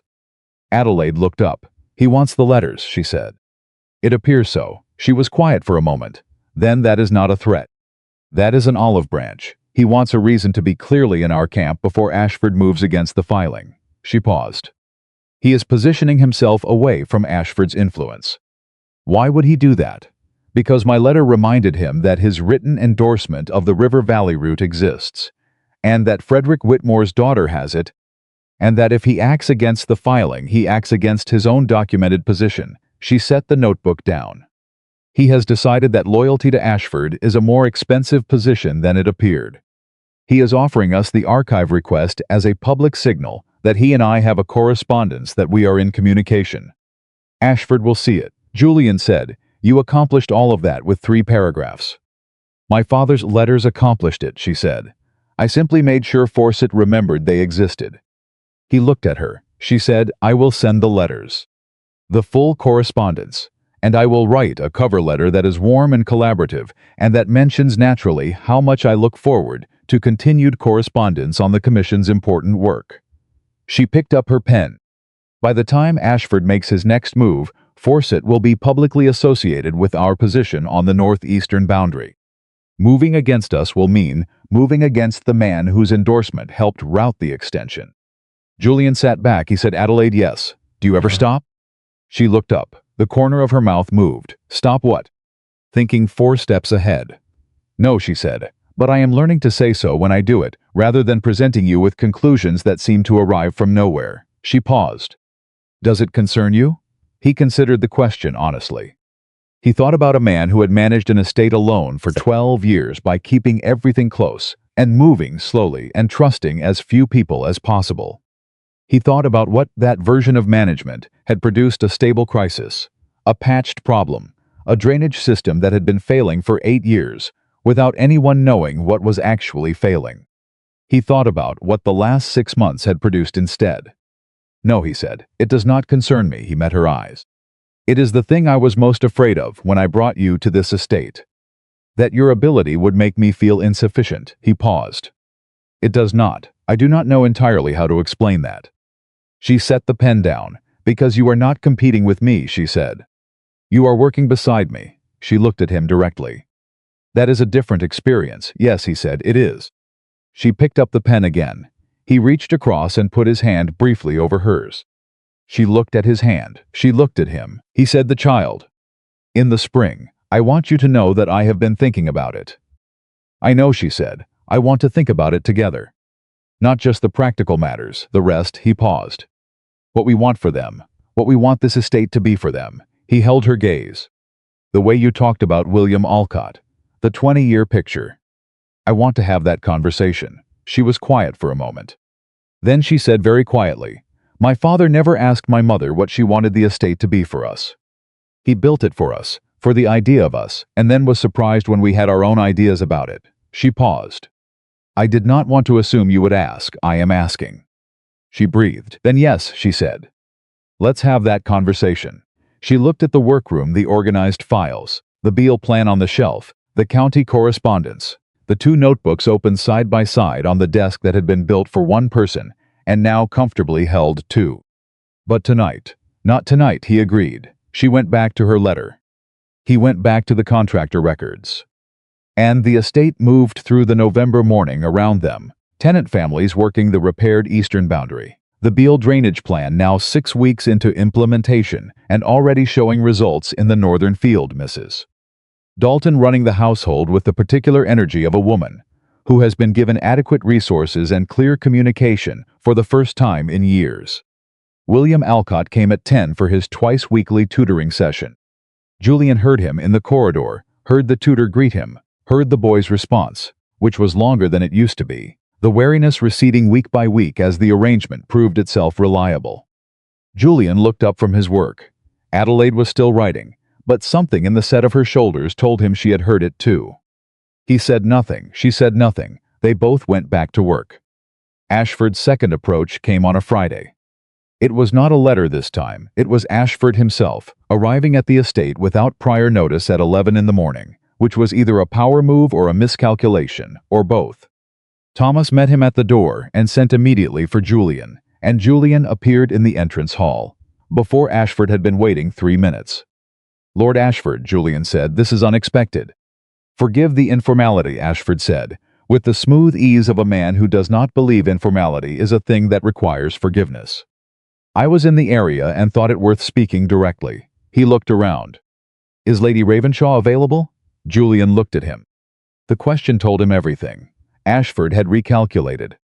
The Fawcett correspondence had reached him, or the news of it had, and he had understood that the woman he had not initially accounted for was the more significant conversation. "She is working," Julian said. "I will see if she can be interrupted." He went to the workroom. Adelaide was already standing when he opened the door. She had heard the voices in the entrance hall. "Ashford," she said. "Yes, he asked for you, specifically." She looked at Julian for a moment.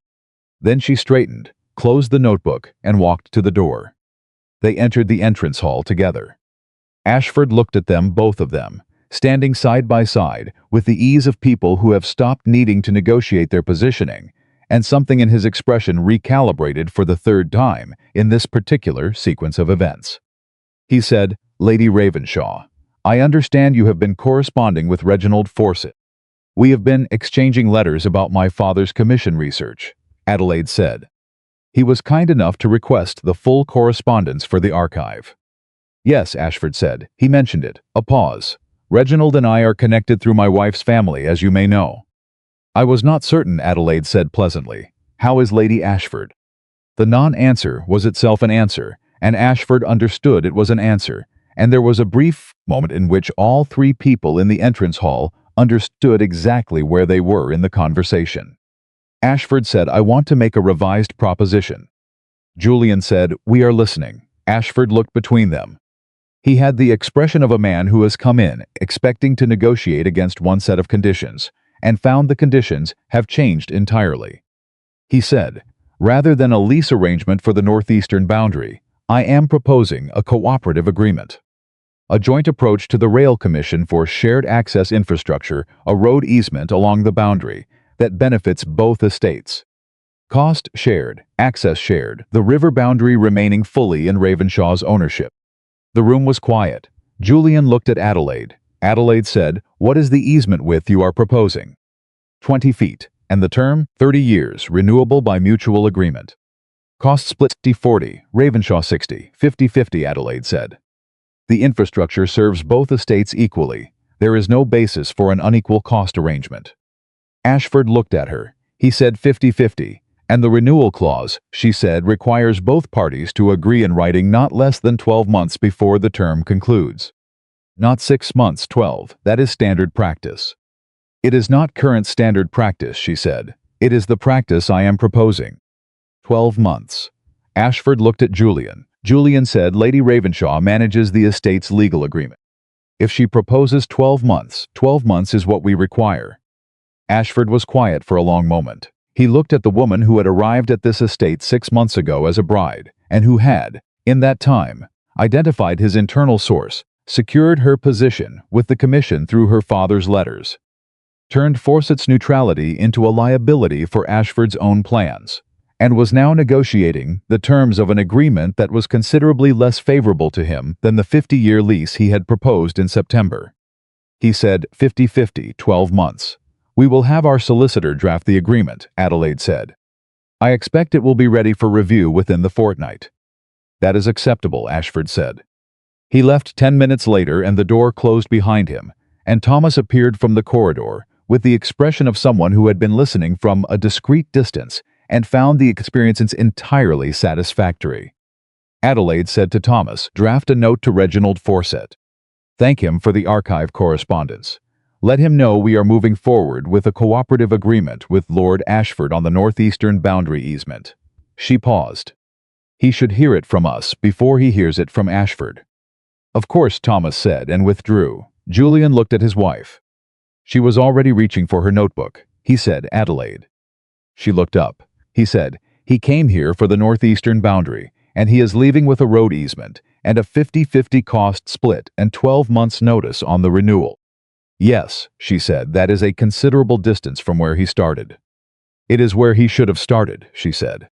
If he had come to us in September with a genuine cooperative proposal, instead of an attempt to acquire the boundary before we understood its value, he would have had better terms.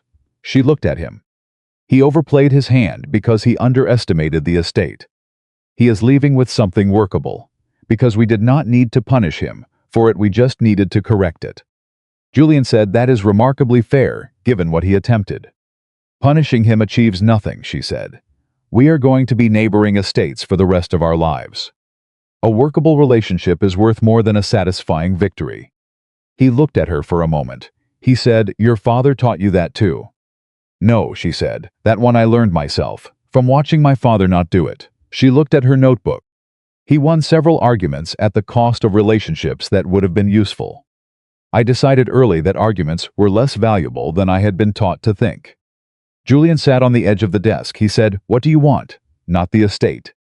You, she looked up. I ask because I realize I have not asked directly, he said.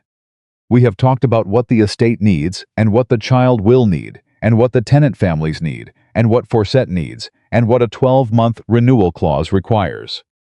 I have not asked what you want. She was quiet for a moment. Then she said, I want this. She said it simply, looking around the workroom, the organized files, the 2 notebooks, the Beale plan, the Forsett correspondence, the folder Thomas had compiled over 3 years. I want exactly this. I want to be useful in a way that is recognized. I want to build something that is still standing in 20 years. I want a partnership where both of us bring the full weight of what we know, and neither of us is diminished for it. She looked at him.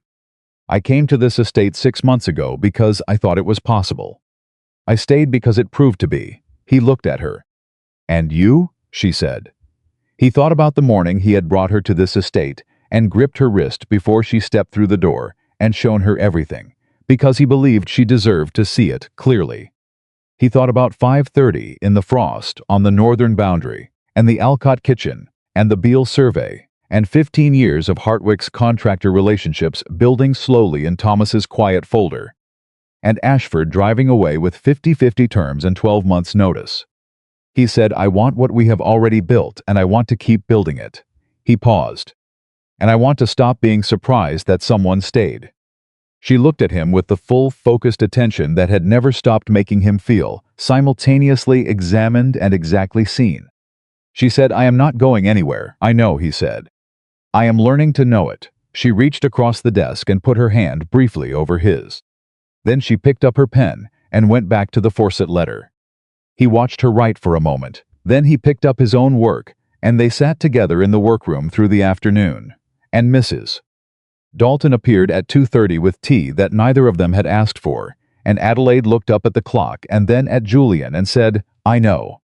3 o'clock. I didn't say anything, he said. You were about to, she said. He was. She drank her tea and worked until 3 and then stood, without being asked, and stretched and said, tonight. The conversation about what we want for the child. What we want this estate to be tonight, he said. She left the workroom. He sat alone for a moment, with the afternoon light coming through the east window, and the Forsett letters sealed on the desk, and the Beale plan on the shelf, and everything that had been broken, and was now in various stages of recovery.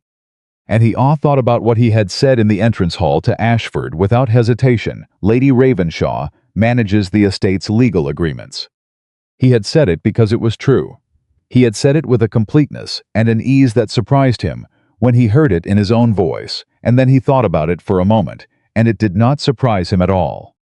He thought about the morning before the wedding, when he had stood in the ruined kitchen garden and said, I want a partner. He thought about everything that phrase had turned out to mean. He thought, I did not know, that morning, what I was asking for. He thought, I could not have known.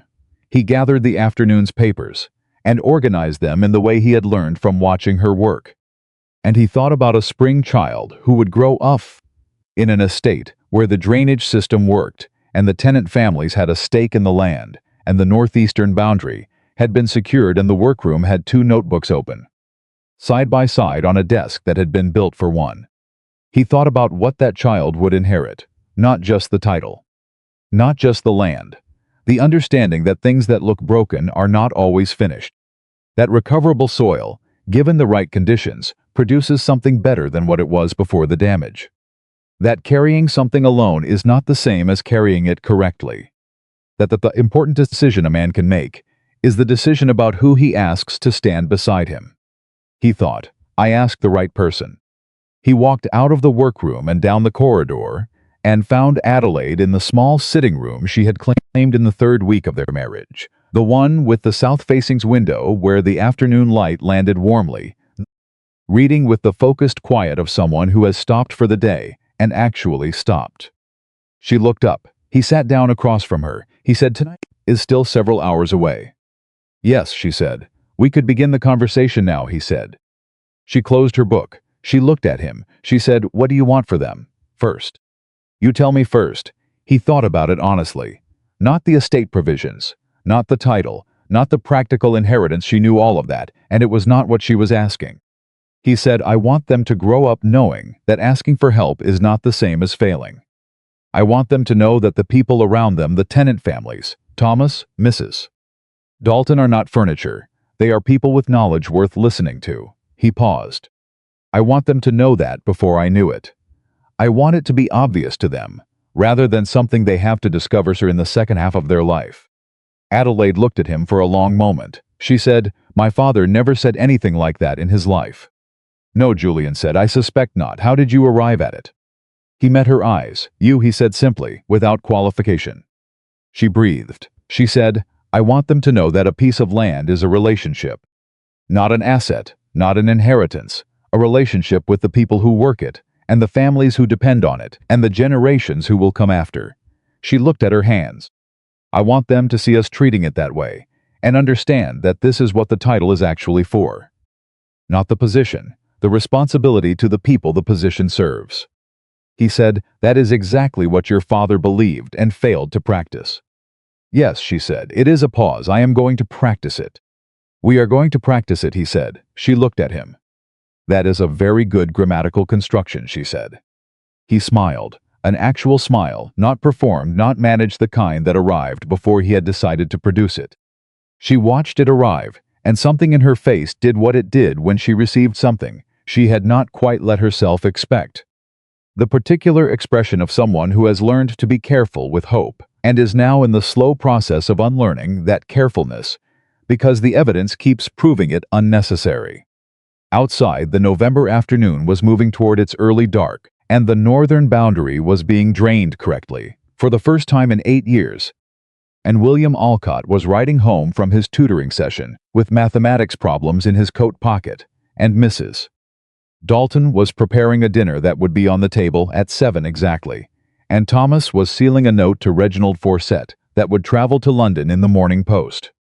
And in the small sitting room with the south-facing window, the Duke and Duchess of Ravenshaw sat together and talked about what they were building. Not for the estate, for the child who would inherit it, for the 20 people who worked it, for the 20 years ahead of them, and the 40 after that. Julian Ravenshaw had brought a woman to a broken estate and warned her it would wear her down. He had been wrong about almost everything he believed that morning. The estate had not worn her down. She had worn the estate back into something worth being proud of, not through force, not through brilliance alone, but through the patient, daily, deliberate work of a woman who understood that recovery was not a single moment but a practice. A habit, a choice you made again every morning when you got up before 5 and walked the frost-covered northern boundary because the light was better and the land showed its truth most clearly, and you had a great deal of work still to do and every reason in the world to do it. Julian looked at his wife across the small sitting room in the fading afternoon light. He thought about what he had written in his private journal the previous week, the words that had arrived one evening when he was trying to account for what the past 6 months had been, and had finally found the sentence that fit. He had not shown it to her. He showed it to her now, not the journal, but the words themselves, said aloud in the sitting room, with the November dark beginning at the window. He said, "I feared this estate would take everything from you. I never imagined you would be the one who gave everything back to me." Adelaide looked at him. She did not say anything for a moment. Then she said, "I am going to write that down. It is yours," he said.